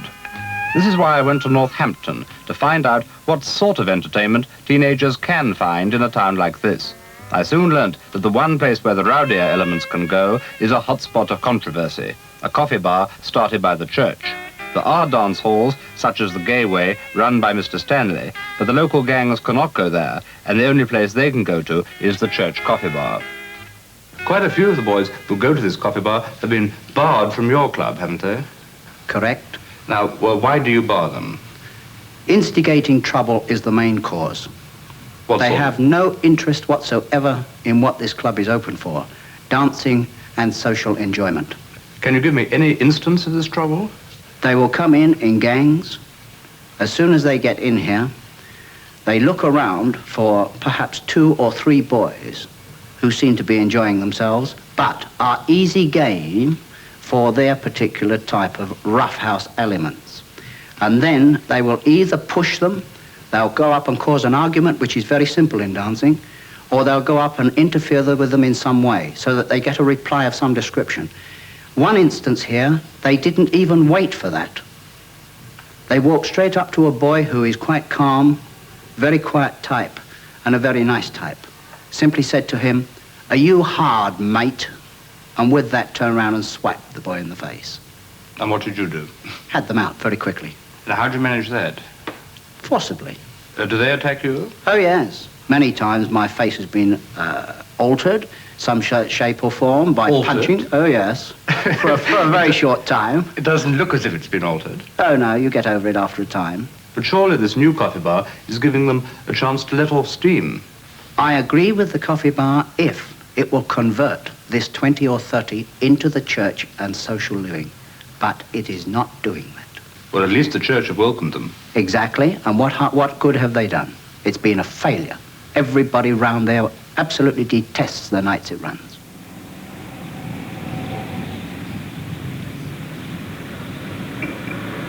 Obviously, if you are living on top of a club like this, it must be a damn nuisance. So I went to see 2 of the nearest neighbours to ask how and when the trouble started. Well, quite soon after it opened. Well, what sort Pretty of trouble? soon. Well, it was very, very noisy. They were allowed to run about the street, break windows, and do just as they liked inside the buildings as well. Did they break many windows? No, 2, but they caused quite a lot of damage other ways. What sort of damage? They tore down drain pipes from the buildings and threw them at people. What were the other complaints you heard? Well, the noise of the music was very bad too. They had doors open and windows open, and it kept my child awake all evening. That was 3 times a week. When you say all evening, when did it stop? Oh, not until they went home at about 10:15. Well, Mr. Hammond, you're another neighbour. Obviously, this club is a bit of a nuisance, but it doesn't seem as bad as all that. Well, I think Mrs. Hammond's understated the case. The trouble was that this place was open for youth, and we'd no objection to youth at all. But the type of youth that came after the first month that it was opened were the real bad elements of the town. And when I approached the vicar about the people that were coming up, he said that those were the people that he wanted to come, because the bad elements were the ones he wanted to save. Yes, well, that sounds reasonable enough. Make Christians of them. But the trouble was that there was no supervision, not in any shape or form. Someone made coffee for them and someone wandered round patting them on the back. But the big thing is, when this thing first started, the toilets that these people used were open for all and sundry. Boys and girls both went to the same. And I actually went in one evening after they threw a piece of spout in at me. Actually, I think they threw it at my wall, but I was at the receiving end. And I went in to make a complaint about this, and I could see that the boys and girls were all using the same toilets. Actually, after simultaneously? Well, no, they were making love in the toilets. Well, do you mean they were having sexual intercourse? Oh, no, they were just making love, you know, kissing and cuddling and that sort of thing. Well, necking?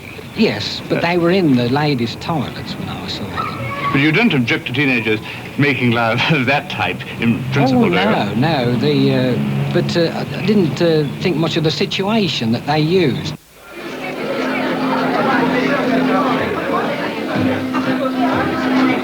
Whatever may be said about this place, it obviously fulfills a desperate need. The bleak, bare rooms were crowded with almost 400 teenagers, pathetically anxious to have a good time.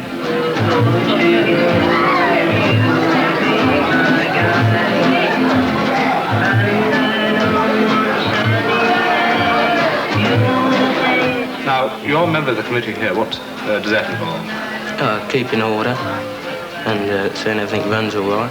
Do you have to keep order a lot? Not much. It's quite quiet, really.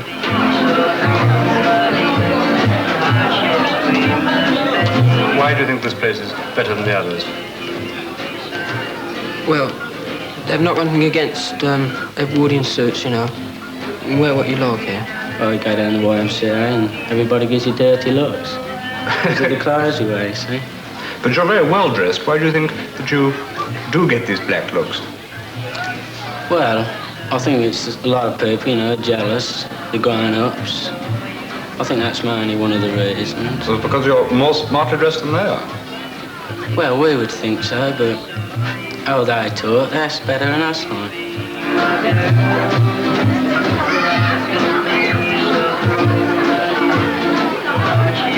Would you rather go with a teddy boy than an ordinary boy? Teddy boy any day. A teddy boy any day? Yes. Why? Don't know. People wearing bell-bottom trousers wouldn't be seen dead with one. What sort of job would you like? I'd like to work at a GPL. When did you last read a book? Well, a really interesting book about 2 years ago. What was that? I was at school. The Secret Garden, I think. How old are the two of you? 14. And when do you leave school? August. Are you glad you're leaving? Yes, I am. Why? Well, I don't like school much. Why not? I'm always getting into trouble at school, I am. What sort of trouble? Well, even if every day I'll get told off and other kind of stuff. What for? Various things. What are you going to do when you leave? Well, I want to go to Newmarket and be a trainer. Horses, with horses and that. And you? Well, I want a plumbing job, you know, going to a plumbing apprenticeship. What would you like to do most this next year? What, here in the summer? Yes. Oh, I like going for walks, rambles. And what ambitions do you have? Just want to be a good shorthand typist. Are you called teddy boys? Yeah. Well, what do you feel when people say that? I don't know. I want to laugh at them. Do you get in fights? Now and again. What sort of remarks are made to you? Do you find the same thing happens? Yeah. Don't make a punch the ray. I'm sorry, I can't say what? So they don't make a punch the ray. You punch the head in? Yeah. What would be your idea of a perfect holiday? Having a good time. Where would you like to go? I like to go abroad. Where to? America. Butlins holiday camp.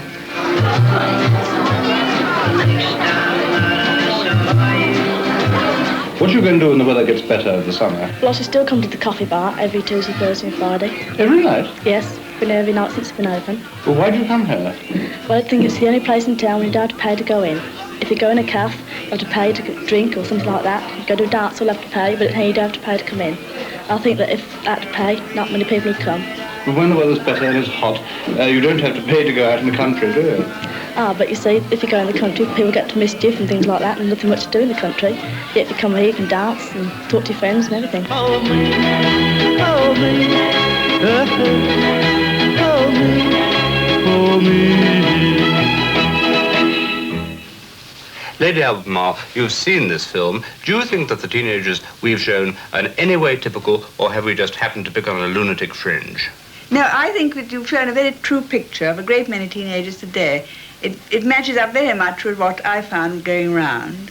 And I think that there are a lot of teenagers who are thinking like this and behaving like this. And I imagine a lot of adults and parents will consider some of these children rather shocking. Well, but I was rather wondering, you know, how the audience were reacting to this particular program, whether they're feeling at the moment surprised and shocked and rather hostile to young people.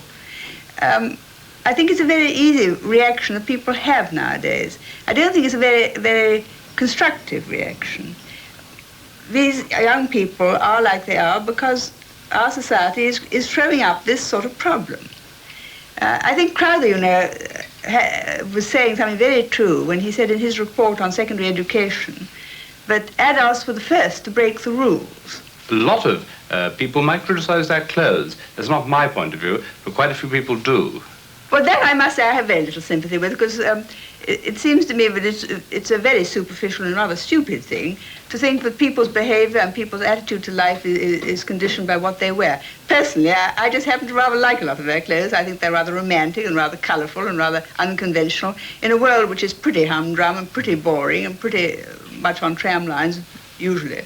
Do you rather feel, as I sometimes did, that the more villainous ones are the ones with the greatest potentials?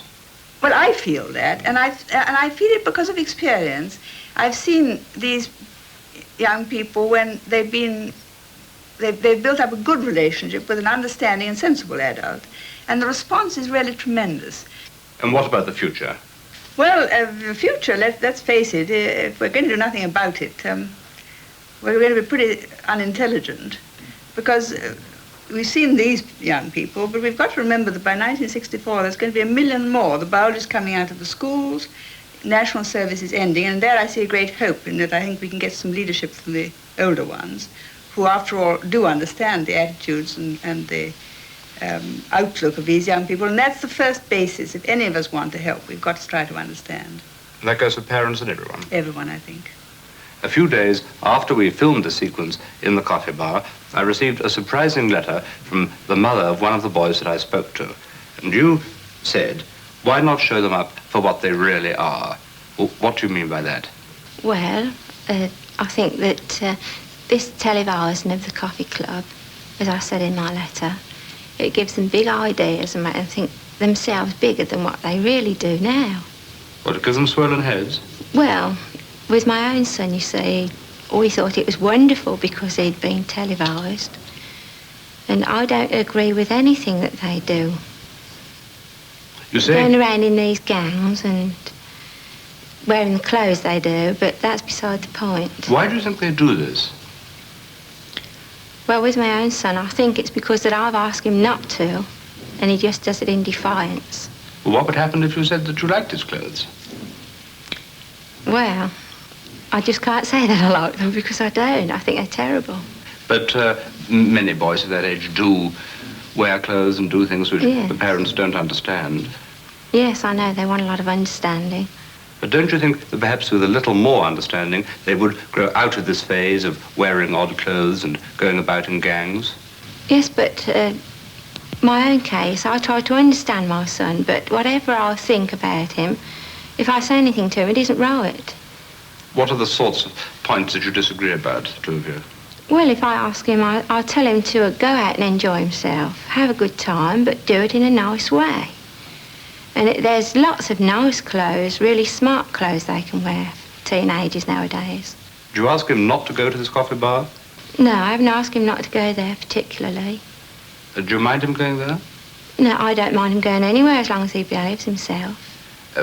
What sort of examples can you give me of him not behaving himself? And what is it that you object to? Well, he gets into trouble. I mean, he has been in trouble with police and... What, for fighting? No, not just fighting. You mentioned here in your letter, my own son is just a lazy layabout who hasn't worked or brought any money home for 5 weeks because all he wants to do is go and sit in coffee bars. He doesn't suffer for it, but my 3 smaller children do. Well, in what way do they? Well, if there's no money coming in, they can't get the things that they've been used to.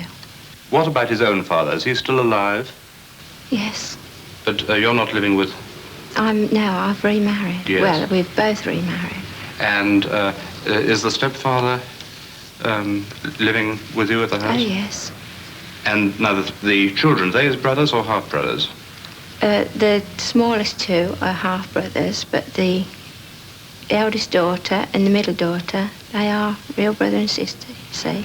Don't you think it's possible that this split in the home life, having a stepfather, might account for his behaviour? Well, I have been told that, and I have been blamed for the way he's grown up.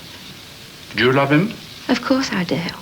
But many people would think it very strange that you should write to someone like myself, who you don't know, and refer to your own son as a lazy layabout. Well, that's what he has been for the last few weeks. He won't get up, he wouldn't go to work. He had 3 jobs in about 3 weeks. Just worked 1 half day, and then that was the finish. Otherwise, is your home a completely happy one? Oh, yes. Can you give any idea at all of what has gone wrong with him? Well, no. Oh, you sound as if you're just bewildered. Well, I am really. I mean, I've tried really hard with him. Well, I hope very much that he does soon change and that all this will be a thing of the past. And I'd like to also to thank you very much indeed for coming to put your point of view so very frankly. 80% of all children in this country leave school at 15, and one cannot deny that many of them go into boring, repetitive jobs and live in dull homes. But I am sure that most of these troubles between parents and children are in fact timeless. They've always existed, but they are now out in the open. And because of this, I think it's all too easy to exaggerate the so-called teenage problem. There is the happier side of the picture. But in the slice of the teenage world that I saw, I was left with one disquieting thought. There seemed to be an element of sadness there, a wistful hankering after better things. All the new opportunities and all the new wealth have not necessarily brought contentment.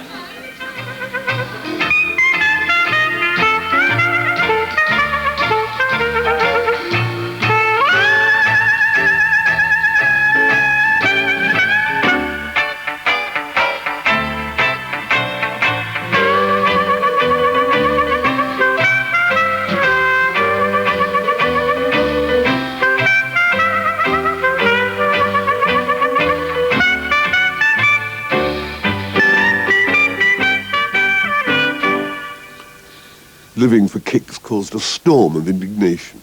The featured coffee bar, the Whiskey A Go-Go, was promptly raided by Brighton's constabulary in search of those necking couples, and a town councillor told the Daily Sketch he was shocked by the programme, which was pornographic and designed to show up beastliness. Well, after the break, there's more beastliness afoot, as we ask, where were they then?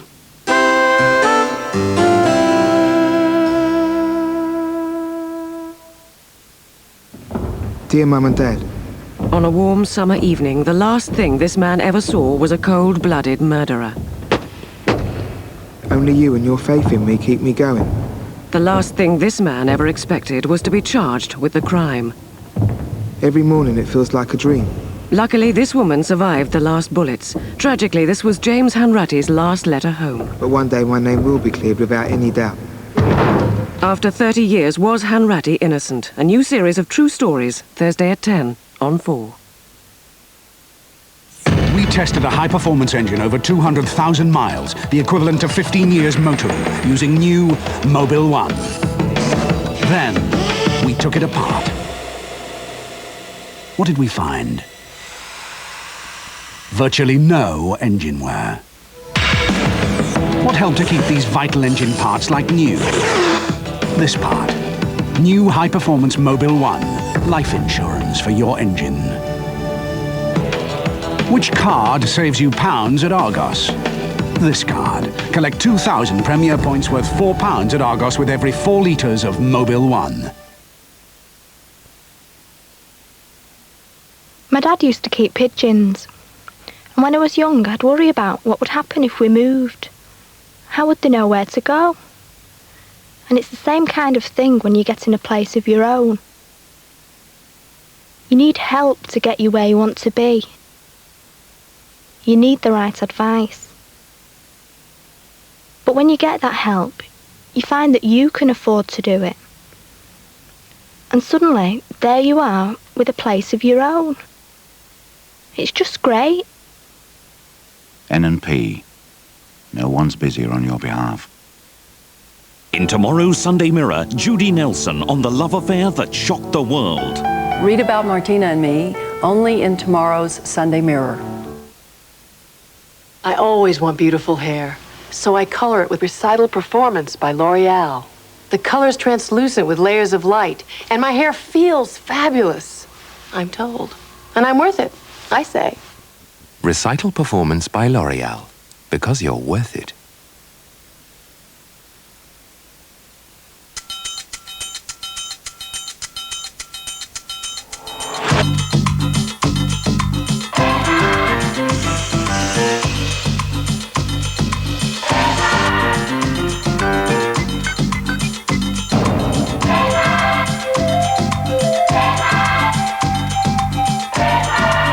Parcel Force Data Post.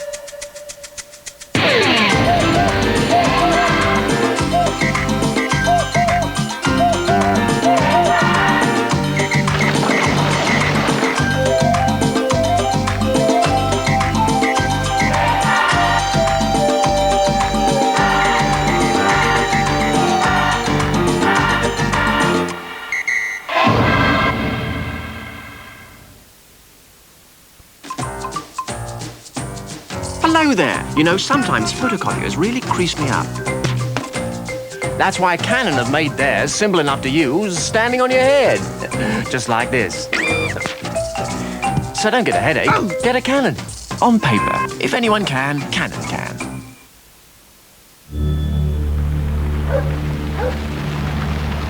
You got the diamonds? Yeah, you got the cash? How do we know you got the diamonds? How do we know you got the cash? Yeah, they got the diamonds. Yeah, they got the cash. What will Polaroid do for you today?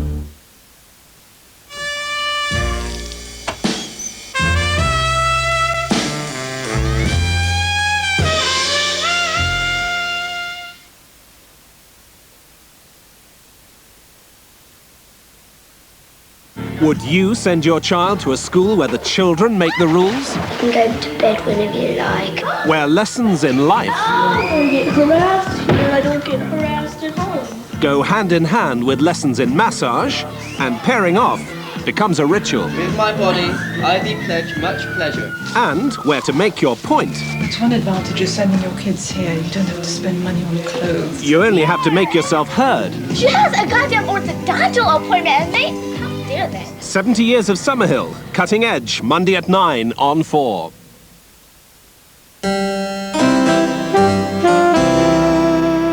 Welcome back to TV Heaven, where it's time for famous faces to turn red as we ponder, where were they then? Hey, I can win, I can win, can I do?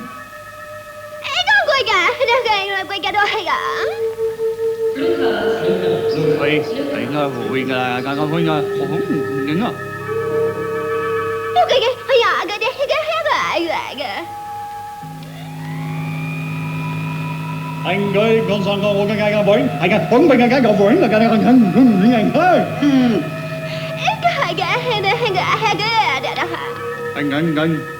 Ôi, ai có vui cái hung vui à?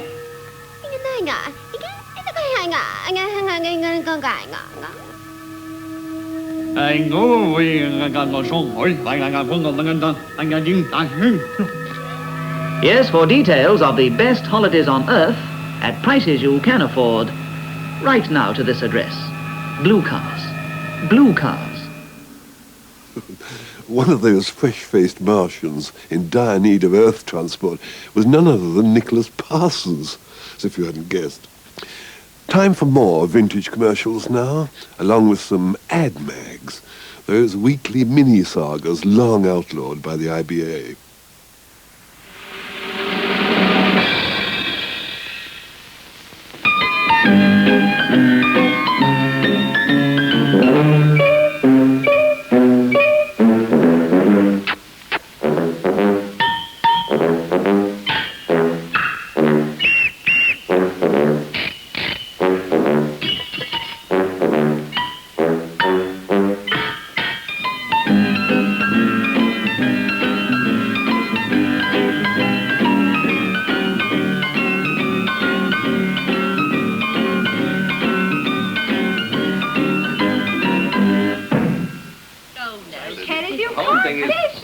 Absolutely beyond me altogether, the nonsense that you two women talk. If you want a really decent meal, you've got to get a man to cook it. Oh, Kenneth, look, I never knew a man who was capable of cooking more than 2 dishes. Yes, Ridiculous, Eleanor, just a moment, please. Said... Just a moment, please. Anyhow, who comes back home from shopping with really interesting ingredients? Spices, herbs, and the like. Men. And who comes home from shopping having spent twice as much? Men. And without ever having said boo to one single shopkeeper. Absolutely true. Eleanor, don't hog the conversation, please. I bet your poor unfortunate husband has to live on bread and cheese. Certainly not. No. I see Heinz haven't got round to canning bread and cheese yet. Now, a man in the kitchen... Yes, I'll tell you what a man in the kitchen does. Uses every pot and pan, knife and fork available. Leaves the kitchen looking like the battlefield of Waterloo after Wellington had left it. Look at you, messing up my kitchen. Go on. Honestly, men, why on earth can't they do a simple bit of cooking without spilling fat all over the place? I just never know. David, he's gone. Cleared off while I clear up. With, of course, Polyroll. Over 100 feet of absorbent paper that's absolutely wonderful for cleaning up. Is there a cold in the house? There is. 2. Never mind.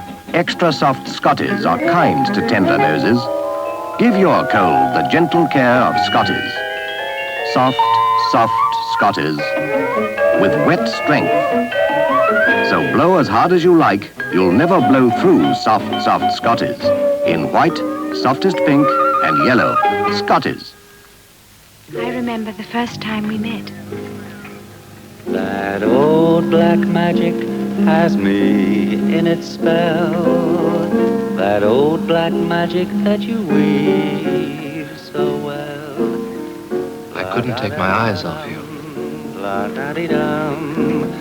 The same old witchcraft when your eyes meet mine. I knew I had to see you again. Black magic. It was the first thing you ever gave me.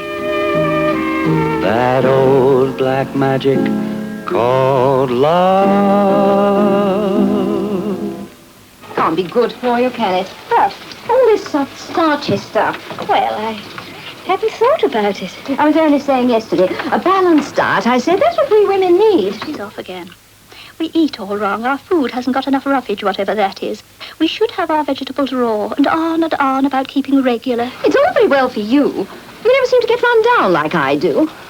I think it's time I told her. About Kellogg's All-Bran, the crisp and pleasant cereal that keeps a person regular because it provides the roughage that so many of us lack in our diet. All-Bran for breakfast. A much nicer way to keep your system regular than taking medicine. Double 2 is the shirt for you. The shirt for you. and you, and you. There's twice the life in a double two. The beautifully cut collar has a replacement you can fit in 5 minutes. The shirt for you is double two. The collar attached shirt with the free spare collar. Double two, double two, double two. Woman's Mirror brings you another fabulous fashion offer. The Swing Spring Skirt, only 10 shillings. Cut out and ready to sew, you can make it in an evening. It's colourful, colour-fast cotton, gay and carefree for sunny days. Pretty and practical in the office, and so glamorous for parties. Choose from 4 different colours in 6 different sizes and spring into spring with this great fashion offer. Only in tomorrow's Woman's Mirror. Mrs. Flash is coming your way. Hello, I'm Mrs. Flash, and this is my special house on wheels.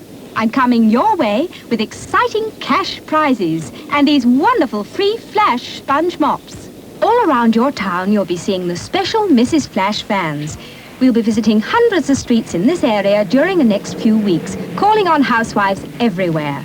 So if you can show us a large packet of Flash and answer a simple question correctly, we'll give you £2 and a free Flash sponge mop. And if you have 2 large packets or a giant packet of Flash and answer the question correctly, you'll get £10 and a free sponge mop. So be ready if I call on you. Make sure you have some Flash in the house because it could win you an exciting prize. And remember, Flash cuts cleaning time in half. Buy Flash now, for Mrs. Flash is coming your way. Mention the word courtesy to most road users today, and they'll probably laugh.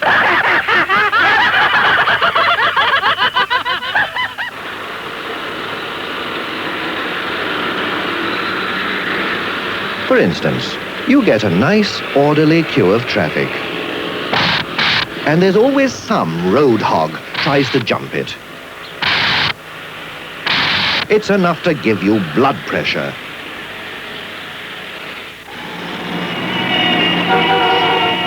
And when it comes to crossing on a busy corner, you can be there all day for all the traffic cares. First come, first served. And the devil take the hindmost. And yet, how nice it could be if people showed a little courtesy, a little more patience.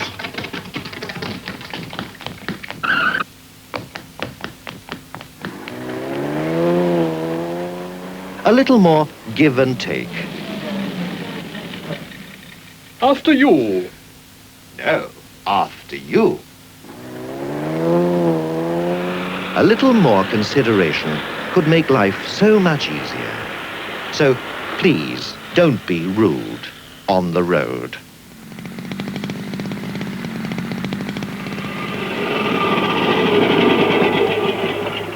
Well, you made it. Of course I did. Feel strong enough to go on? Ooh, let's have a break first. That means a Kit Kat. Good idea. Just the job. Wonderful chocolate.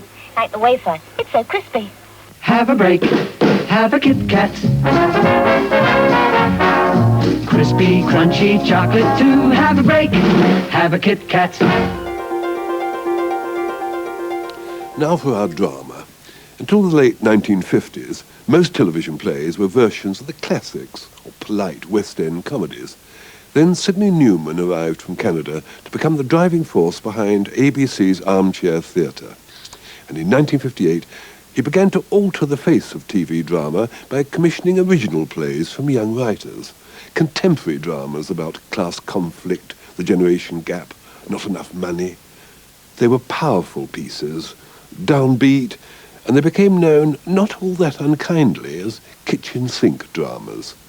They turned out to be immensely popular. Harold Pinter's A Night Out in 1960 topped the ratings with an audience of over 16 million. At this time, Angus Wilson and Alan Owen were also writing for ABC. Lena, Oh My Lena is one of a trilogy of Liverpool plays by Alan Owen. Alan wrote about people who were passionate enough but not very articulate. And there's a terrific performance, as usual, by Billy Whitelaw.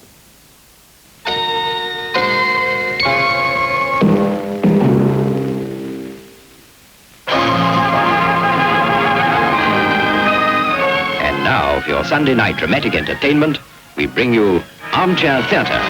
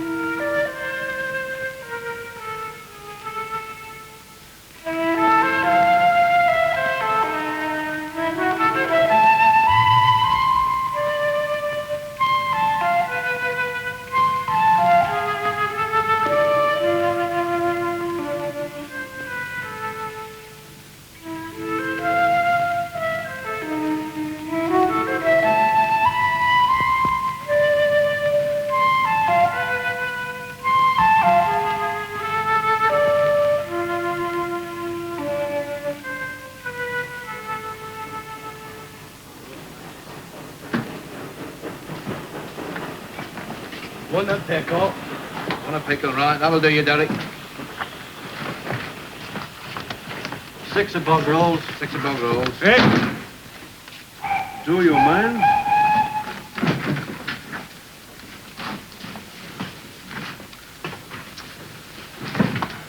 That's all, then, Glenn.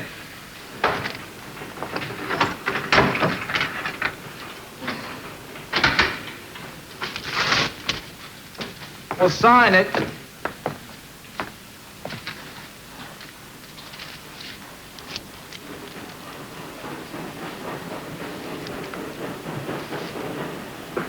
See you later on, then, Glenn.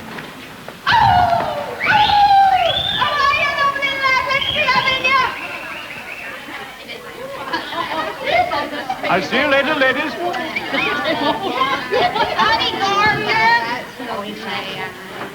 Come on, I know where he is. Well, Lena, he's going. They can blooming well stay gone as far as I'm concerned. Hey, go on, you know you don't mean that. Don't I? I'll blooming well teach him a lesson.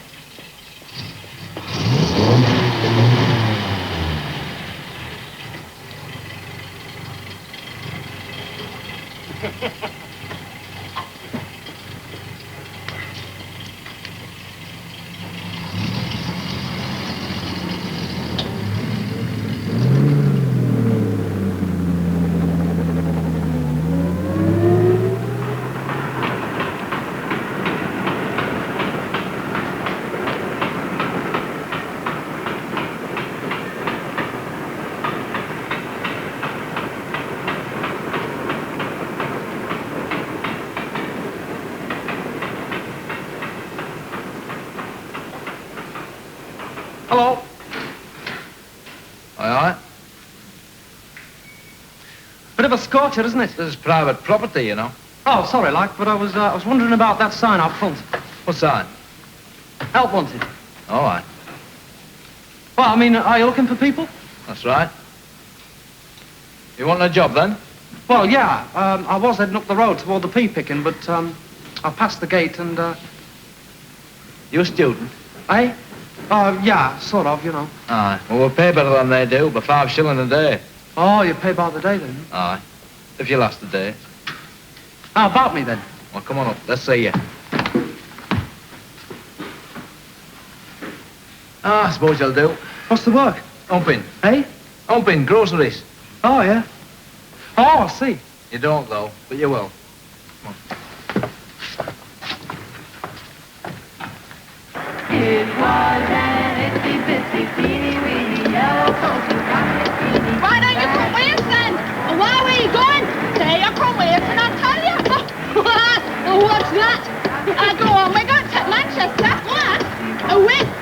Hey, you want to know everything, don't you? Why? You never learn until it's too late if you don't ask. We're getting a lift in. How are you going to get back? Lena will be all right. How are you getting back? Well, I don't know. Honestly, you needn't worry about getting back to me, but that's dead easy, isn't it? No, dead easy. Last time I got a lift home from Manchester, I had a good pair of nylons knotted to shreds. And I had to Liam to get out of the car. Couldn't you get car door open while you let him kiss you?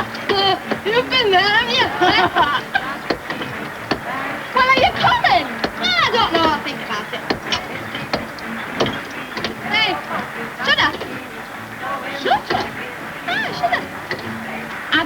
on, Lena. Oh, well, I'll think about it. I'll think about it.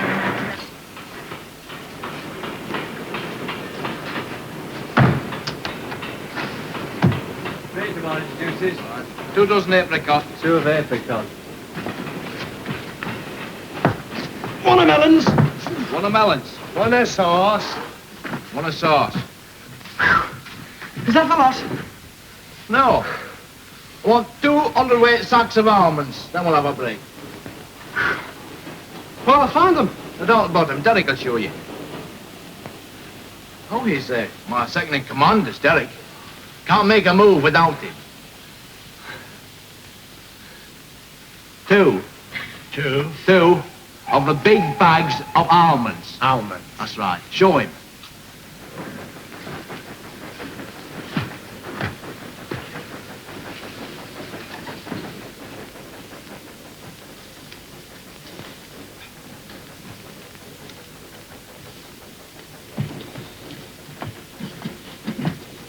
One of them.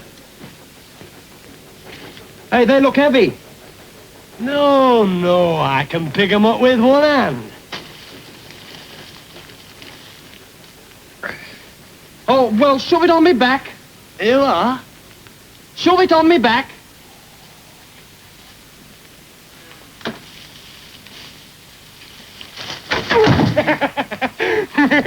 Yeah, what's going on? What's the difference you hit your face on your great gormless thing, you? You all right, lad? Yeah. You trying to break his back? Well, he told me. I'll go on with you. Yes, you're comic. Oh, no. Come on, yes, you're comic.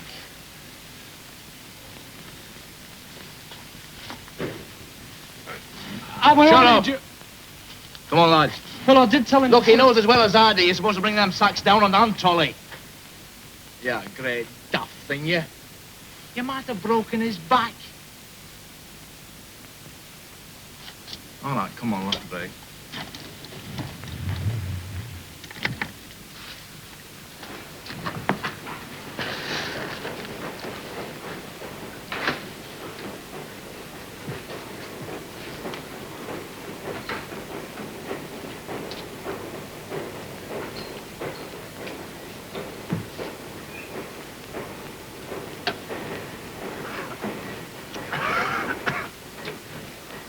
I went there. Did you? I was around there. All right. He's doing well. Ah, well, he's worked on it.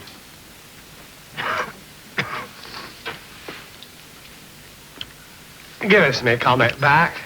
No. Oh, go on, give us it back. No. He tried to comb it again. Aye. Well, he's like that. Hey, Ted. If you could sit here all day and get paid for it, it'd be a good thing, like, wouldn't it? What? Well, it's a great job, this humping. When you stop doing it. Nah, you just sit here in the sun with your body aching in a nice way, like. You know what I mean? You don't know about work, do you? Well, I'm working as hard as anybody, aren't I? Ah, but you don't know any shortcuts. How's that, then? Well, have you ever worked with him before? Of course I have. Oh, I don't have to see him. I know they're as soft as milk. They're not. I can tell. Well, Well, what? well. That's more like it. Look, I'm not blaming you. As me as is lumbered.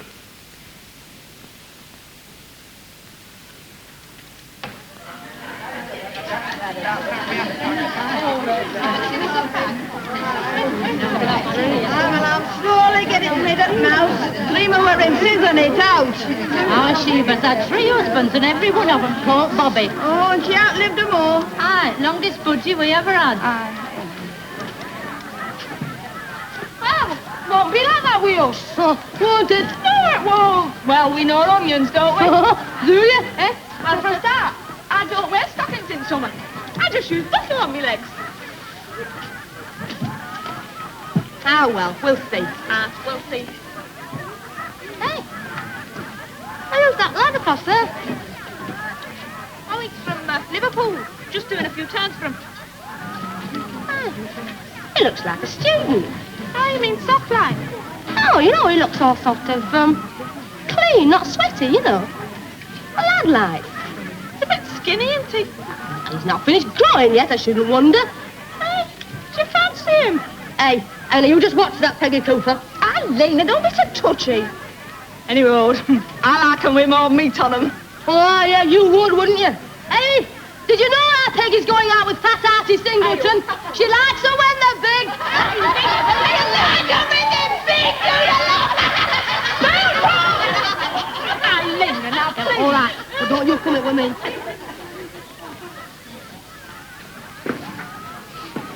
Ah, go on, Ted. Give me comic Can't back. you change the needle? I've told you you're not getting it back. I'll bring my mother down to you. Will you now? Well, that's something, isn't it? You got me worried now, Derek. Oh, go on. Give me comic back. No. Oh, go on, give it Look, back. I've done. I told you no.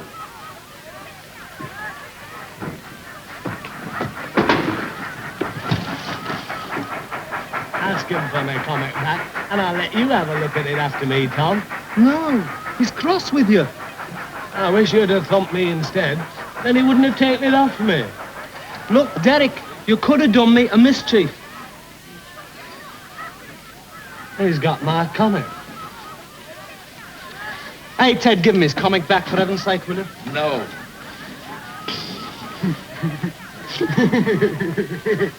Well, obviously, I don't know. Like blooming kids. Come on, you're as bad as duff tapers. All right, if he gets me another mug of tea, you can have it back. Go on, get moving. Yeah, what about me mug? And money!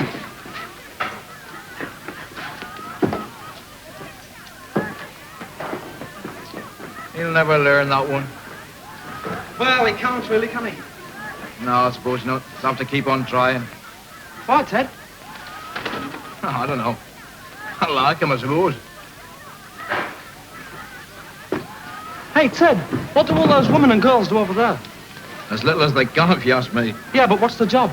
Oh, I don't know, they punch holes in bits of metal or something. Funny-looking lot of women, aren't they? No, they're not. They're just ordinary women. Getting a bit extra help build up a woman's wages. Mind you, it wouldn't be a checker with that lot. Last fella that over there, the woman didn't take him at all. So one dinner time, they took his trousers off him and chucked him in canal. He ran down that road, no one's ever seen him since. But he'd long underpants on. He's only a young fella. Shirt tails flat and long underpants. You had to laugh. He's got an itsy bitsy teeny weeny little polka dot bikini, and she walked on, she wanted to say she wore an itsy bitsy teeny weeny yellow polka dot bikini that she wore all of the time today. She wore an itsy bitsy teeny weeny yellow. Hey, Ted, that girl's pretty. All right. The dark one. And will you have as little as you can to do with them, you'll be better off.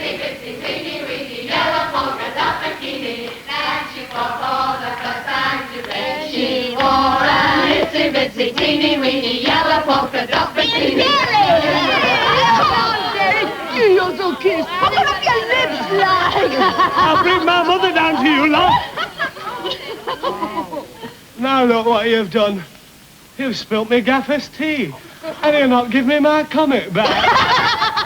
Here! You daft lot of business! Oh, my seconds you're mugging about with. For heaven's sake, that's no way to carry on. Leave the kid alone. Chase me, Charlie. I mustn't upset our little Derek, must I? Ah, get out of it. What are we doing, you? We was only having a bit of fun.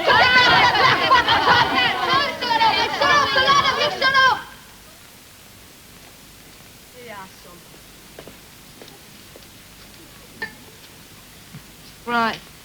All satisfied now, are we? Aye. Well, I don't know as how I am. Well, let Derek give you a kiss, love. That'll soon see you. Why?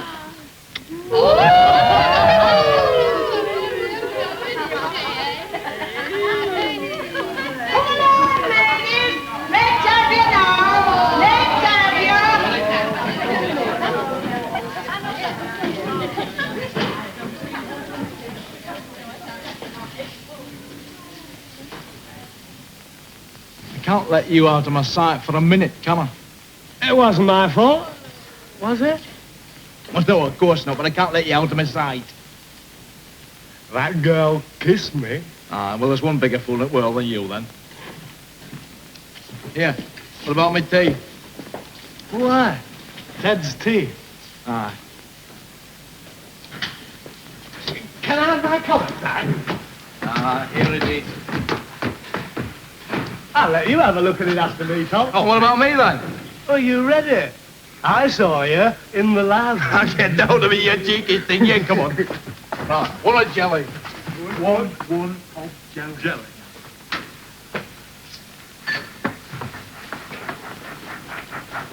Hey! Oh, sorry. Yeah? Do you want something? Well, yes, I just wanted to, well, you know, I just wanted to, thank you for what you did about Derek. Well, that's all right. Well, after all, he's only a human being like anybody else, isn't he? What? Well, he's only a human being like. I suppose so. Hey, wait a minute. Yeah? Well, were you going across the road? I was just going across to the cat. Oh, do you have your lunch in there, then? No, but I have my dinner. Oh, sorry, like, that's what I meant, your dinner. Do you stay in there all dinner time? No.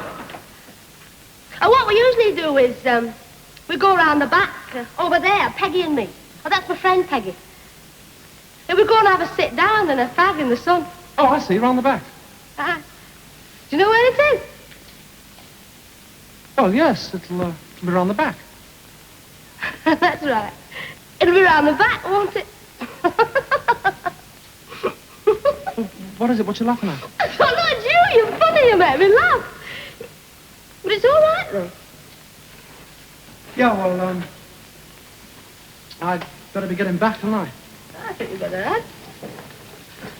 Oh, by the way, I wanted to ask you, like... Why, gosh, you did sound it then. What? You sounded Liverpool when you said that. Well, that's where I come from. Oh, I know. You do. The girls were saying. Oh, were they? Anyway, what I wanted to ask you was, what's your name? My name's Lena. Lena. Lena, that's a nice name. Do you like it? Yeah, it's sort of foreign. Oh, yes. Well, my grandfather was an Italian, you see. Oh, was he? Yes. But I'm from here. I mean, I was born here. Mm-hmm. Oh, hi. I'm from here, all right. Oh, well, see you then. Later.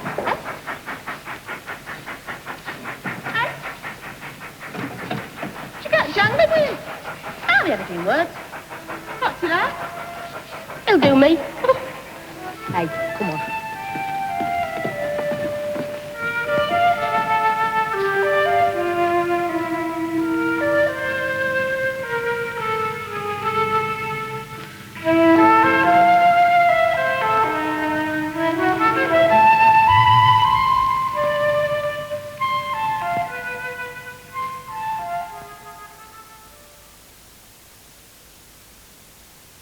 New, smoother, milder Ski Bio.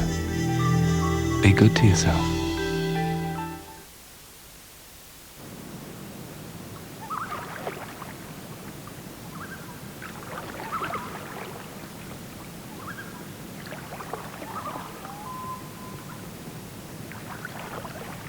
There's nothing like traveling in a stress-free environment.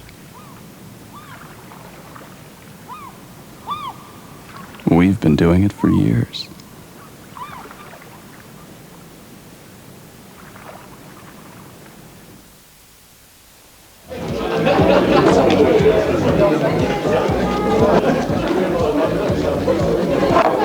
Gentlemen, we've come to see your famous dog. Dog? And to enjoy a pint of Tennant's Pilsner. Notice anything unusual? Yes, it's a Pilsner. Brewed to taste a bit different. But do you know why? Czechoslovakian yeast. You have nothing to fear. Our secret is safe. Down, boy, down!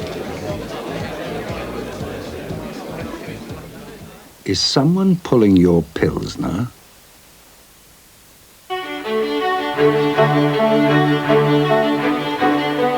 It takes a rather different kind of investment company to venture out when most sit tight. In the 1974 recession, we thought shares undervalued and bought while most sold, and saw them leap 50% in early 75. In 87, we sold nearly £400 million worth of equities in the 3 months before Black Monday. Using our head has always served our investors well, in all financial climates. Just call AAA and tell them I'm somewhere stuck between Santa Barbara and Mexico. Hey, all right, mister? Great. Hey, what happened? I was driving down past the diner and I kind of like flipped out there for a second, and the truck flipped out with me. What do you got in there anyway?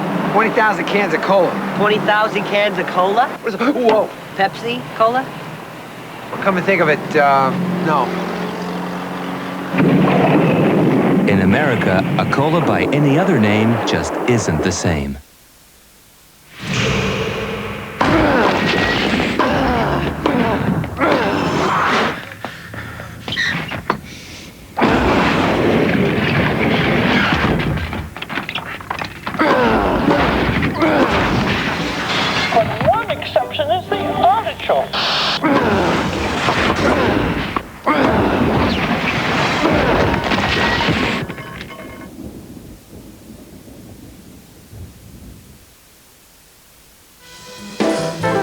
Oh, hello, French polishers. It's just possible you could save my life.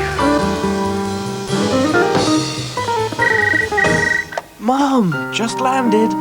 Oh, quiet. I'm on my way.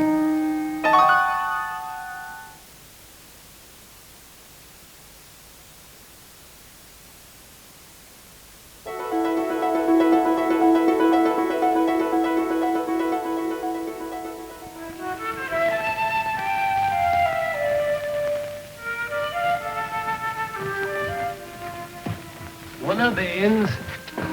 One of sauce. One of sauce. No, knock off, pleasant for dinner, then. Hey, mother!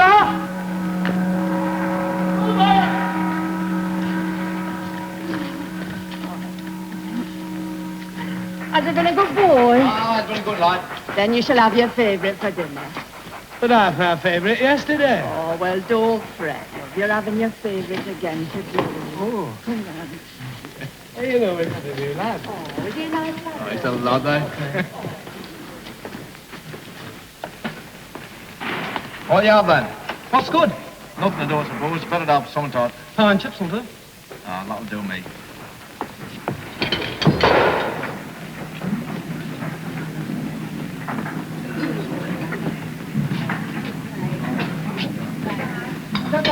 Oh, 2 pie and chips, don't we?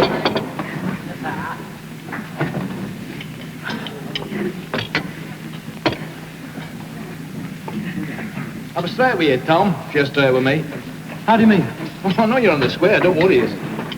That's just I was wondering why you want to work at our place instead of working up with your mates, a student scum. I haven't got any mates up there. You're a student, aren't you? Yeah, but I'm a bit fed up with students. I want to work with people for a change. Oh, I. Yeah, well, you know what I mean. I'm sick of all the clever beggars. I haven't been able to... Oh, you wouldn't be interested. I'm my own judge. Don't like other people making up my mind for me. Oh, sorry, Ted. No, it's just I've had enough of thinking and talking about thinking. You know what I mean? No, I don't. I'm not nosy.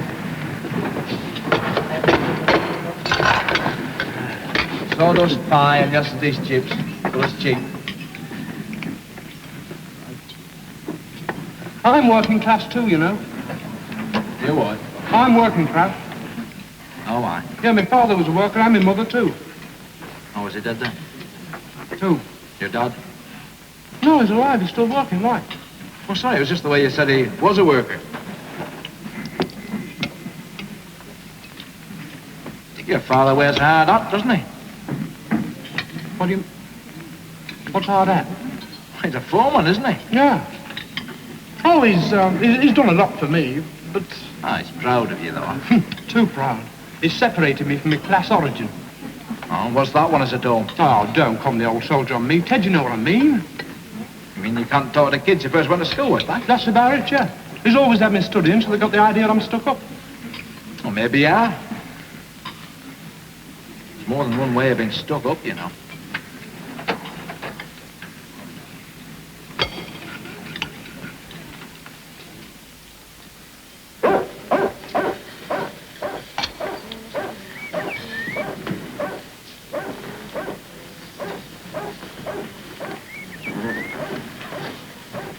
Hey, Lena. Yeah. What you keep looking over there for? Because I do. You know, I think you're right to have done with that Glyn. He's a bad lot. Why? How do you know? Oh, I can tell. I bet he is. Is he? Wouldn't you like to know, eh? How do you know I don't? I knew Glyn before you. He said... What did he say? Hey, go on, Lena, what did he say? He said you were a rotten kisser. He did. All right, he didn't. And go on, Glyn never said that. Did he? I don't believe me if you don't want to. Sound fairy hand to me.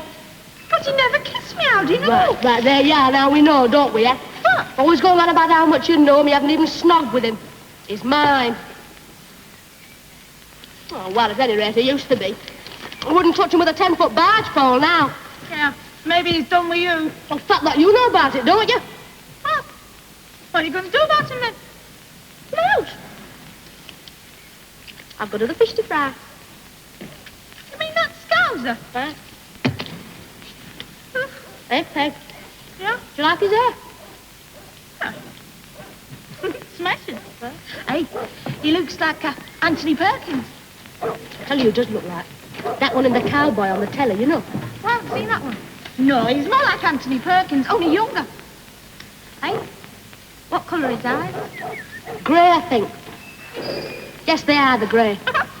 Grey, grey, stay away, give me blue. Come on, don't be so daft. Come on, give us a light.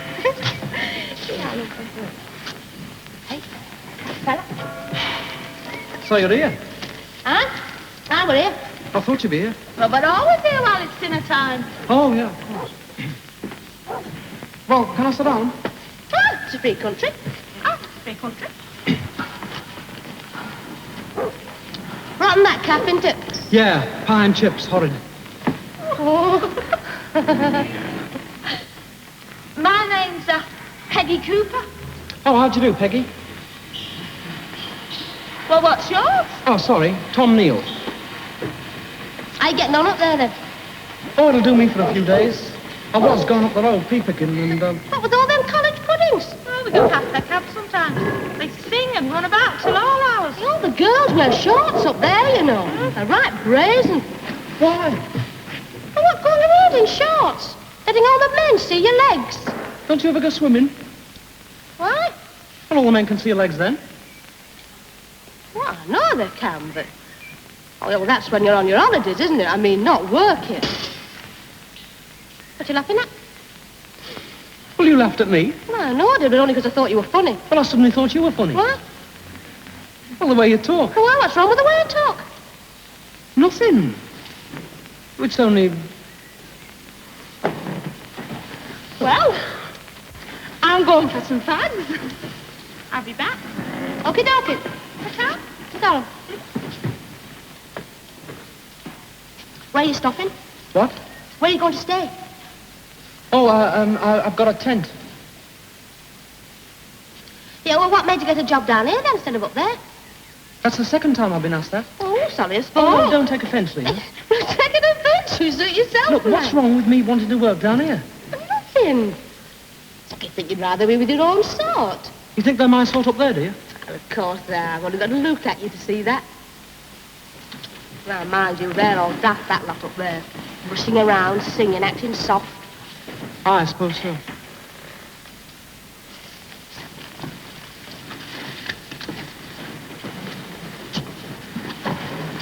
What do you do with yourself round here in the evenings, then? Oh, we're going to Manchester or Salford sometimes, if we can get a lift, you know. Yeah. We usually can.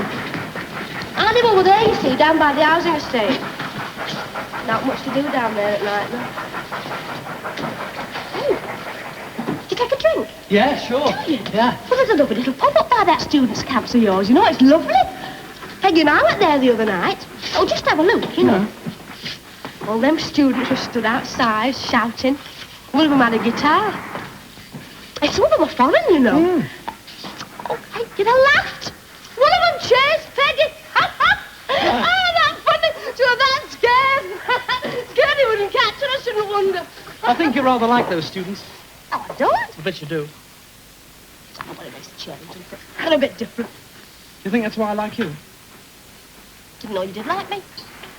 Oh, I do. It's a free country. Do you know how sorry. Oh, no, go on. No, you first, go on. Would you show me that pub tonight? Well, it's a pity I haven't got a friend. Why? Well, for Peggy, you see, I said I'd go on to Manchester. Well, both of you come. We might see that foreigner that chased her. Who knows, this time he might even catch her. I might, too. Oh, go on, yeah, awful. Hey, where are you going? I said I was doing to work, you know. Oh, sorry, yeah, I was forgetting. Oh, it's good to tell you I haven't had to watch the clock. But what do you study? English literature. Oh, well. Sam Ferrian.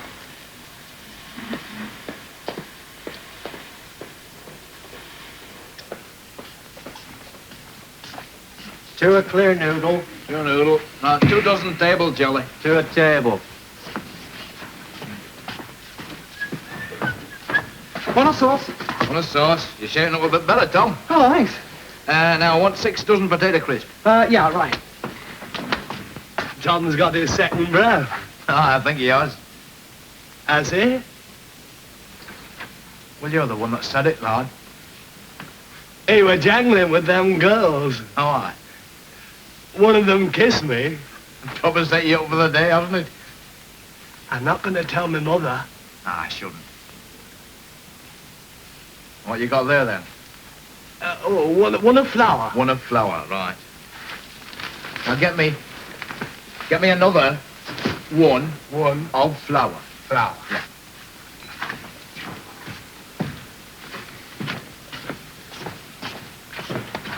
To a table. Right. Here. That Tom will behind factory with Peggy Cooper and Lena. All right. We'll heaven help him if Clint finds out. Come on, slowly.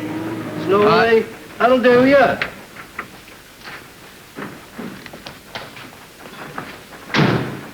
No step for you today, Glenn. Fill her up. All right, come on, boys, load her up. Hello, Glenn. I want to talk to Lena. She's working. I want to talk to Lena.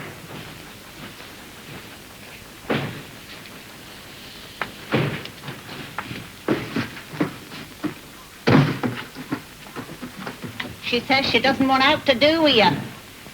If you ask me, she's got another fella. Well, there's a thing now.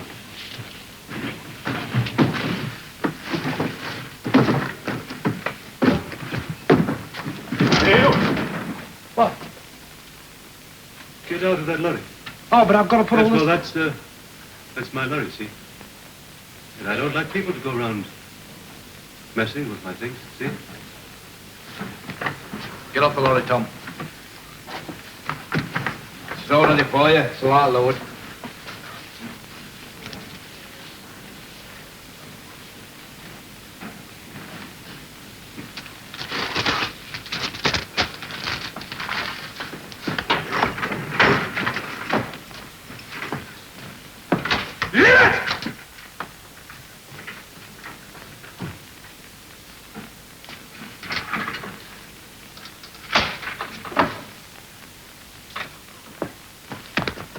Hey, what's up?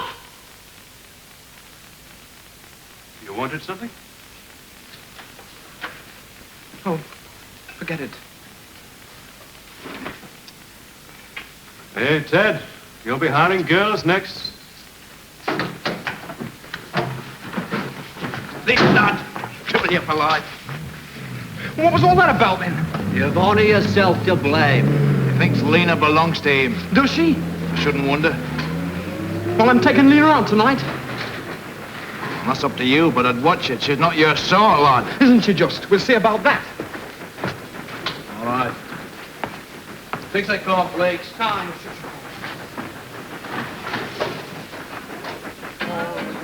Do not touch me. Oh, sit down, do not touch me. Oh, sit down, do not touch me. I shall everything see you and nothing at all.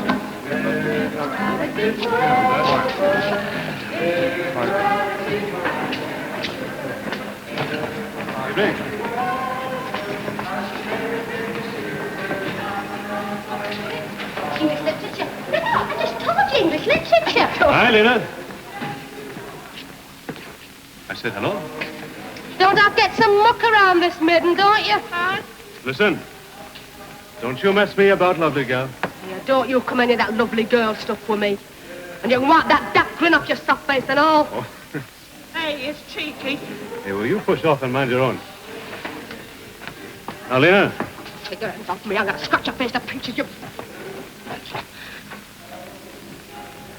Lena. Don't you get a boy to do a man's job? Hmm? What's that mean? You know.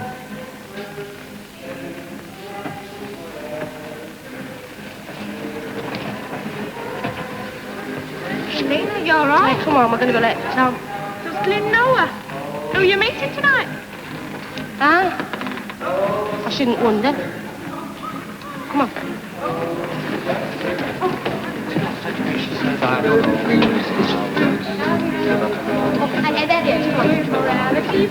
Hello, Tom. Oh, sorry. I wonder when you get here. We got a bit held up. We didn't know. Well, what do you have? I wouldn't mind a gin and orange. Oh, look, if you'd rather have something else. Well, I mean, what would you like? Well, I just said a gin and orange. Oh, but I'll... Yeah, sure, okay, gin and orange. Excuse me. Barbara would starve with this lot here. Hey, look, Lena. There's that coroner that chased that road. Do you mean? Well, I don't know about that. Oh, well, thank you. Cheers. Cheers. Ça va, Tom? Ah, pas mal. Je m'attire la peau. Je n'aime pas les brunes. Hey, knock it off. Oh, sorry. Well, what's he want? He was admiring Peggy. Oh, hey, can he speak English? Peux-toi parler anglais? À ce soir, hein? No speaking English. Hey, our teacher. But you will. Jean-Louis Lelard. Alors, boisson. Ah. Hey, where's he gone then? To get us drinks. I'll go now. Ice with a hard liquor, okay? Hey, Fibber, you can speak English. I find it very hard when I look at you. What do you think of them, then? Ah, they're all right. They'll learn. What's that mean? Oh, well, it's all right for some, isn't it? Now to do but muck around with books all day. When did you leave school? The day I was 15, I was off, no messing about. Oh, I'm sorry. What do you mean, you're sorry?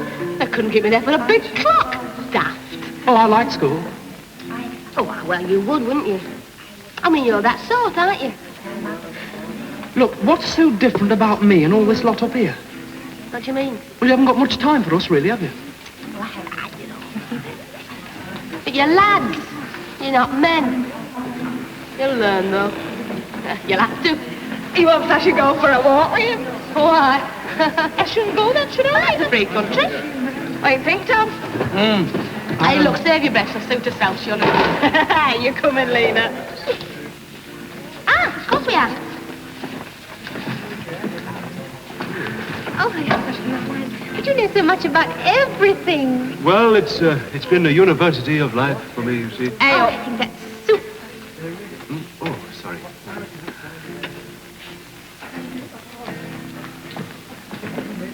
Oh, come along. Let's go and hear them singing. Oh, yes. Let's go and hear them singing. Hey, did you see that? And one of them was foreign. Bet they buy beer for them and all.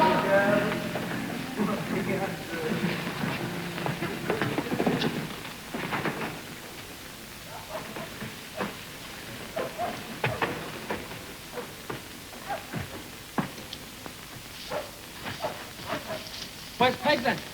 Lost her, shouldn't wonder. Come on. Oh, don't worry, she'll be around here somewhere. She knows the way around the patch, Miss Peggy. The patch? Is this the patch? Oh, some call it the patch, and others call it the plantation, you know. Is this where you come? Aye. Aye, we come here.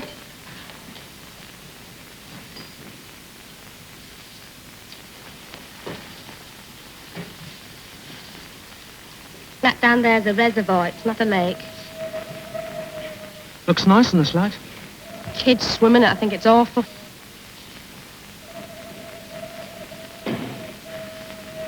Is that Glyn, your boyfriend? No.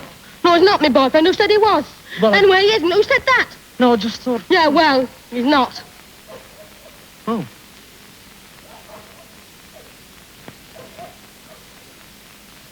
What's up with you? Nothing. Oh, I see. It's just... Well, I can't tell you how much I had to see you tonight. And now you're here, and I can't get over it. Can't you now? And what about your girlfriend back in Liverpool? I haven't got one. Oh, go on, what about all them students up at the camp then? I bet you're out there for one every night, Oh, no, Lena, you've got me all wrong. Have I? Yeah. No, you see, I can't talk to girls. Well, why? You stuck up or something? No, it's not that. It's just... Well, I just can't think of anything to say. Doing all right with me? Yes, I am, aren't I? Oh, but then you're Lena. Hey, go on, No, don't I be mean, daft. I think you're beautiful. Never met anyone like you before. What? I keep dancing inside because I'm with you and everything's... Well, look, I know this sounds daft, but it's all right. For the first time in my life, everything's all right. Go on. And I want to jump up in the air and shout, I love Lena at the top of my voice. Hey, but don't everyone's always out the blooming loony. Lena, I think you're lovely and real and beautiful and real and real and real. Look, what you going on about? Of course I'm real. Here. Feel.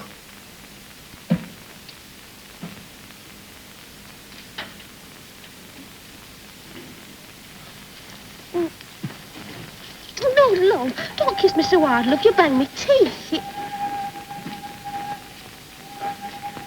Here. Let me show.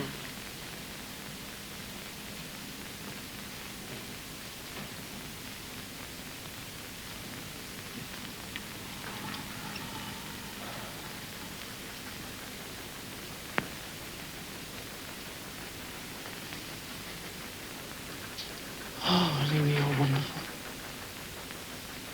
You'll learn. It's the most wonderful thing that's ever happened to me. What is it now? Aye, I shouldn't wonder. You have a nice laugh. And I got good teeth in my own. If I told you that I can hardly bear to look at you without wanting to hold you to me forever, what would you say? Oh, it's like that, isn't it? Is it? I some fellas think like that, isn't it? Others, they just want all that and get from you. Then they push off. Is that what Glyn's like? Tom, look. Well, look, I'm with you now, aren't I?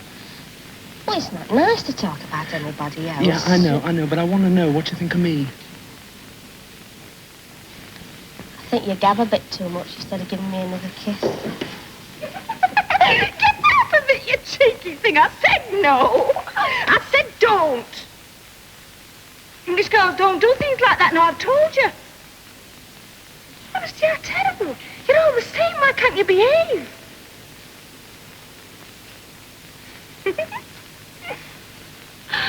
We are lovely. I think you got smashing eyes. Either that black. Hey, well, I've less of that too. Oh, and don't sit there as if butter wouldn't melt. Here, Mardy. Sulking now, are you? Now it's not all your own way. Well, you'll have to learn. What's up? Come on, what to do? Well, if if you're a good lad, you can kiss me again. Oh, you're lovely. How about this night then, Lena? It's nice, isn't it? Don't you ever miss the sea? No, look, I'll put it to you. That reservoir's no substitute for a river that leads to the sea. Why? Don't you ever get claustrophobia living here? You want? Well, you're landlocked, aren't you? Don't you ever want the sea? Shut up. Anyway, I got a Blackpool or Southport once a year, it's all I want. Liverpool's a floating town. Hey, look. Stars are popping up all over the blooming place. Oh, it's inevitable. It's strange how I should find someone so beautiful and unexpected. I've learnt a lot today. Have you now? Let's see your hands. That hurt? No, let me see them. They're sort of corns, you know. I used to work in a football factory stitching leather. Murder on your hands. Gave the job up, but I still got the corns.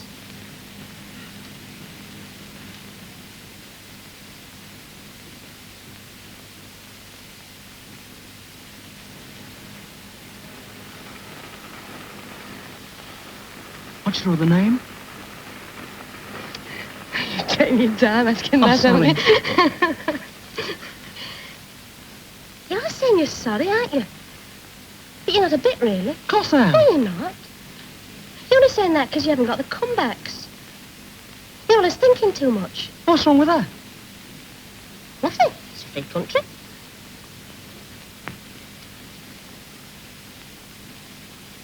Lena. Will you be my girl?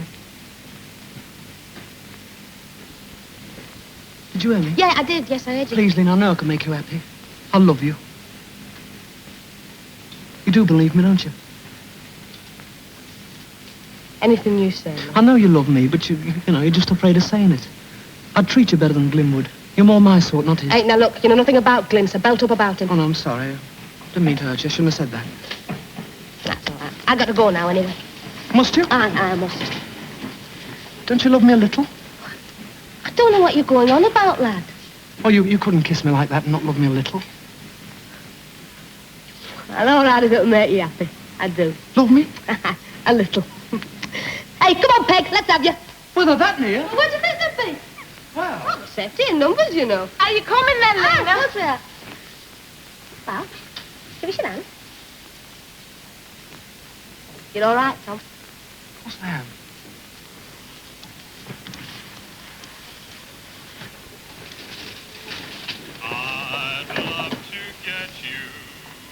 That's him.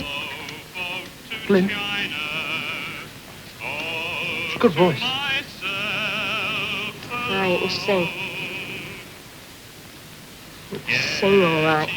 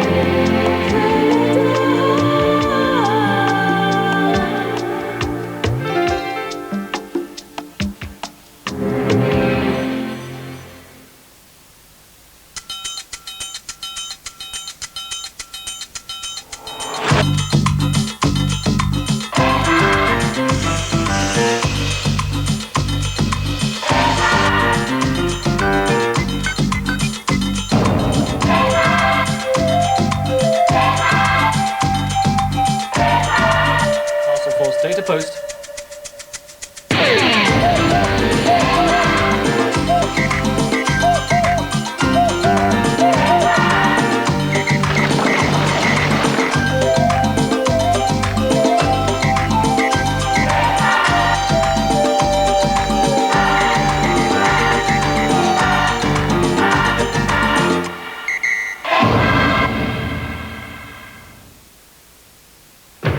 I move with the times. I want progress, performance.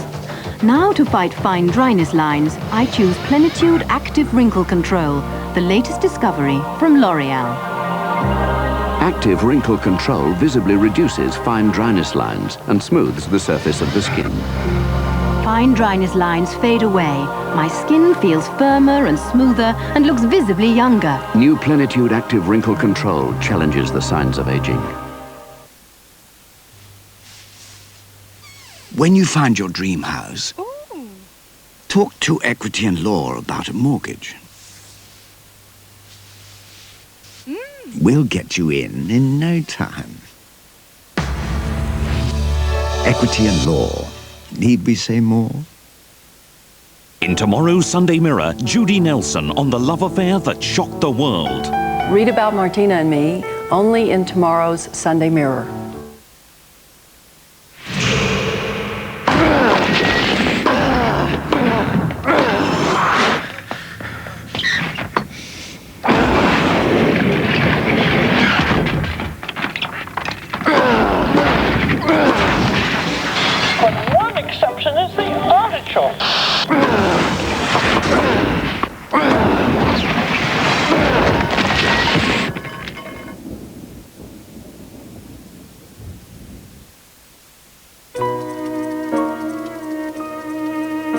Fresh, mild, delicious.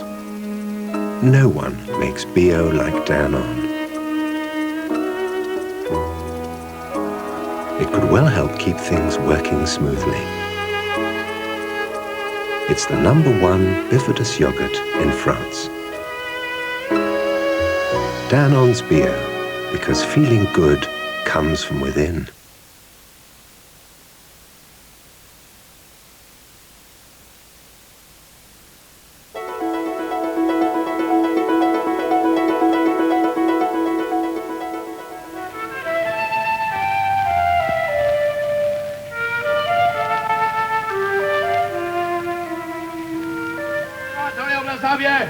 One dozen pineapple. That's okay. 6 each of cornflakes. 6 of flakes. What's he want all this stuff ready before the tea break? The driver. Who's the driver? Glenn. Oh. Aye, you might well say all. And what's that mean? Trying to keep you out of Glenn's way, he is. Won't work, though. Look, I'm not afraid of Glenn. Aren't you? You got the slade loose. How do you know I'm not a judo expert? I don't. Are you? No, but I might have been. Ah, you might have been. Come Right, on. 6 of each. 6 flakes. Right, that's that. Okay, Tom, you're trying to get the tea. Sit over the coffee, is it, right?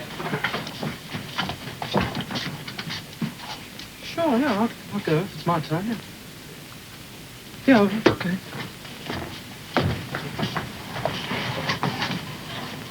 Yeah. That Glenn will knock his block off. Oh, shut up, Dismal Jimmy. I'm telling you, they'll be at each They other's won't. throat. That's what you think. I don't know why you don't get Joe at Undertakers. It suit you right down to ground. Oh, very funny indeed. Just you wait and see. Hey, Ted. It's hot. Aye. It's hot. Aye. I'll tell Tom. Tell him what? It's hot. I'll tell him. I should. Read your comic. Why? It's a swamp. Good lad. Read it.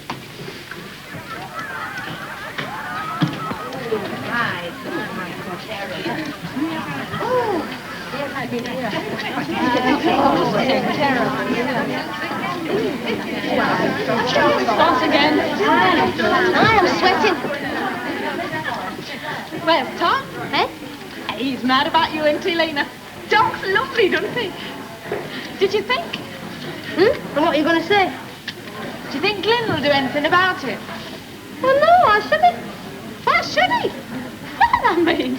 Last night. Oh, he'll know, and it won't worry Glenn. He knows me, and it won't worry him. Hey, Lena. You love Glenn, don't you? You shouldn't wonder.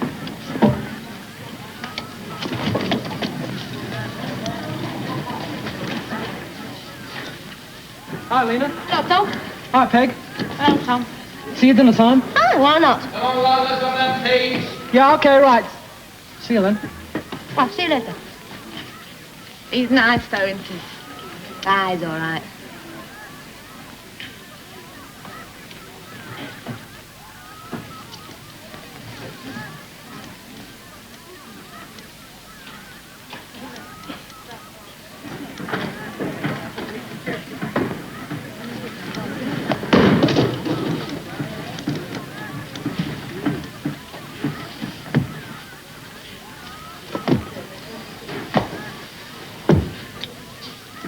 Hello, lovely girl.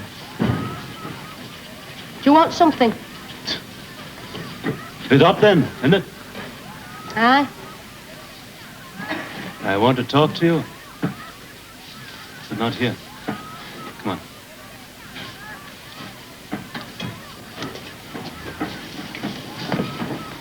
Round the back first.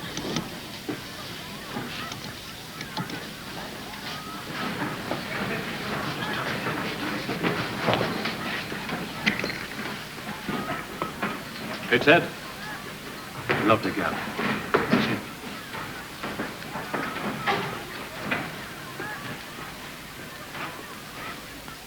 What the devil does he think he's doing? Leave it alone. Like hell, I will. It's none of your business. Isn't it, John? Hey, you! I want to work with you. Well, there's the thing. You think you're so clever, don't you? Going around showing off. Well, you can take yourself off, because Lena doesn't want anything to do with you, and I'm telling you. Go away, boy. Isn't it marvelous? Who the devil do you think you are telling me what to do? I'm not going to have some ignorant lout ordering me about. Proper little boss man, aren't you, eh? Get your hands off her. And if I don't, Look, leave him you're going to alone. lean on me, eh? Leave him alone. Well, I won't touch him, Lena. It's not his fault. Now, you listen to me, kiddo. She's been playing you up, you see? She's mine. Anyone will tell you that. She's been, well, she's been trying to make me jealous, see? That's all right. It's all right with me, because she's mine. Okay? Over?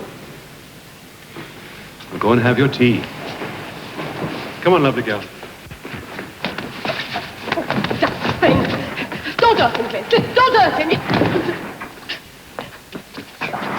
Stop it. Keegan, do you No, understand? I won't. You don't love him. You couldn't. What you calling about love for? He's my fella. What about me? Well, we're just a bit of fun. But it isn't anymore. I don't understand you. I'll bet you don't. Now listen, boy. Why don't you go back up the road there, where you belong? And stop making a fool of yourself down here. But Lena... Clint's right. Why don't you go back where you belong? Come along, lovely girl.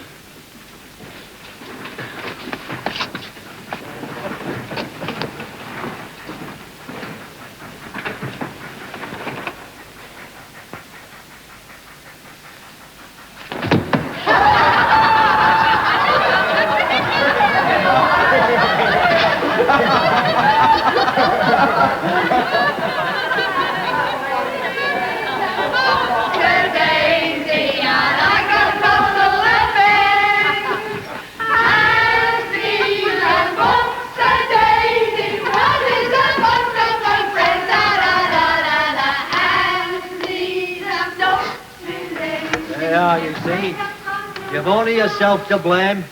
You wouldn't take a telling. I don't understand you. I just don't understand any of you. I believe you owe me a day's money. Right? I'll take my money. Been up to date, up Just to a date. day. It's up to you. Free country. Come along, ladies. Let's have you now. You fell over, didn't you, Tom?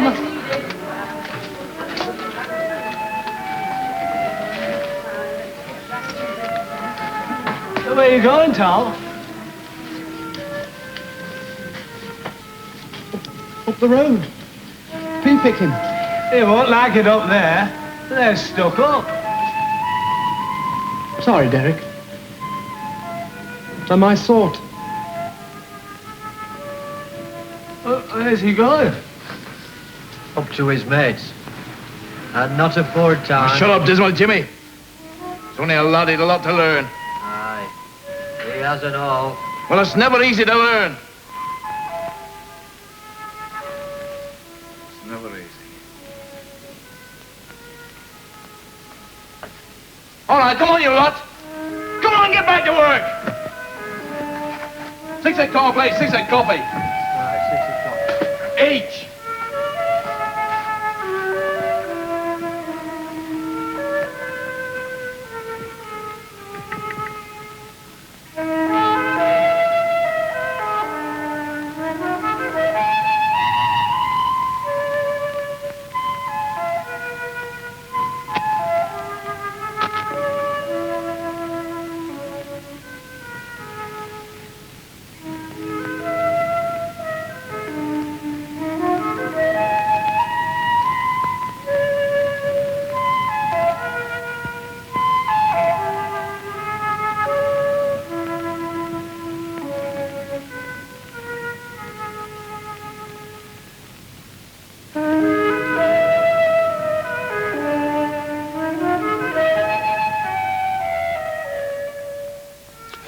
Alan Owen once wrote that he felt that his spare, gritty style was something of a conscious reaction to Dylan Thomas's Welsh poetic fluency.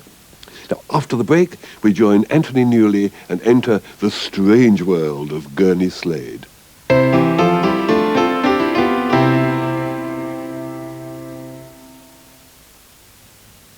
Sean Day-Lewis has written a history of television programmes to accompany TV Heaven.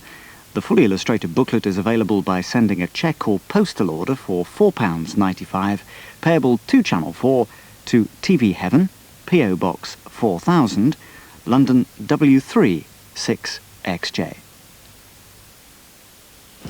I'm going to try to reopen negotiations with the Kingdom of God. Heavens Above, tomorrow at 10 on 4.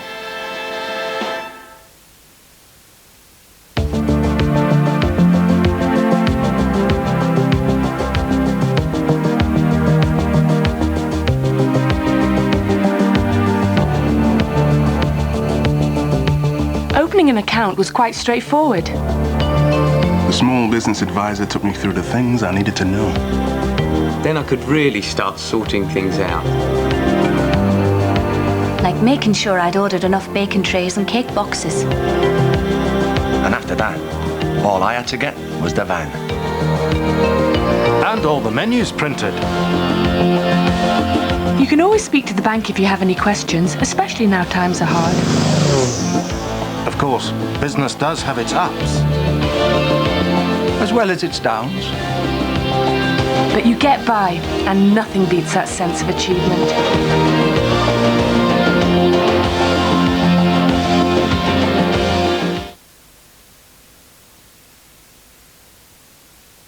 Are you there? You'll be shocked. I'm here. You'll be terrified. But you won't miss it. Tuesday at 10 on 4.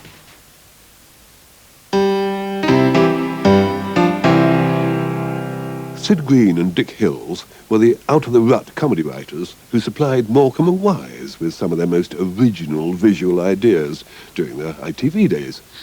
In 1960, Hills and Green worked with Anthony Newley on a most odd comedy series. Newley, you remember, co-wrote and acted in the musical Stop the World, I Want to Get Off. He also sings a great deal, in a curious style not unlike a parody of his own singing. Our series was called The Strange World of Gurney Slade. It was the era of giving characters funny names to indicate that they were meant to be laughable. In the programme, Gurney Slade, who seems to be vaguely a malcontent, wanders about and is talked to by dustbins and stones and an occasional human being. And he has a toe-curling Chaplin-esque routine in a park. Apart from the whiff of Charlie Chaplin, the show is an original oddity. And I'd love to know what you make of it.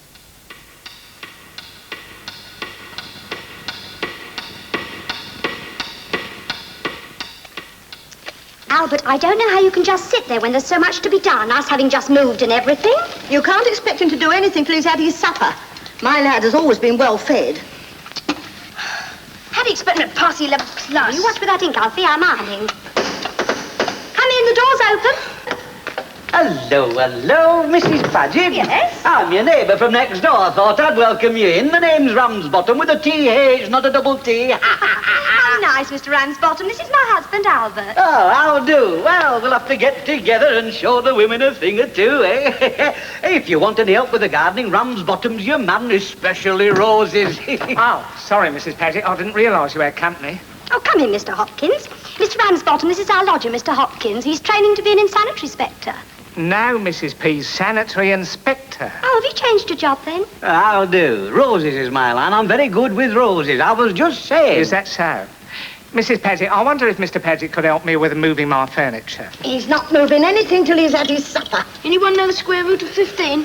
Uncle? I don't know what he wants, Ma. I've asked him once. You mind with that ink, Alfie? It'll only take a minute. Give him an egg. He was always fond of an egg. I found a new way of doing them. What, roses? No eggs. Will you have an egg, Albert, or something else? A boiled egg, please, my love. A boiled egg, Will you have an egg, Albert? Or something else? Egg, please, my Going love. for a walk, Albert? Yes, going for a walk. Poached egg on toast? A boiled egg, please, my love. Have a biscuit. A boiled egg, please, my love. Want to see the roses? Albert? A boiled egg, please, my love. What about an egg, Albert? Yes. Oh, no, a good recipe for eggs. Give me an olive. Well, I work with Roses myself. He was always fond of it. Very good with Can't expect him to do anything. What about an egg, Albert? The roses is to the right. Every night. Very good on it.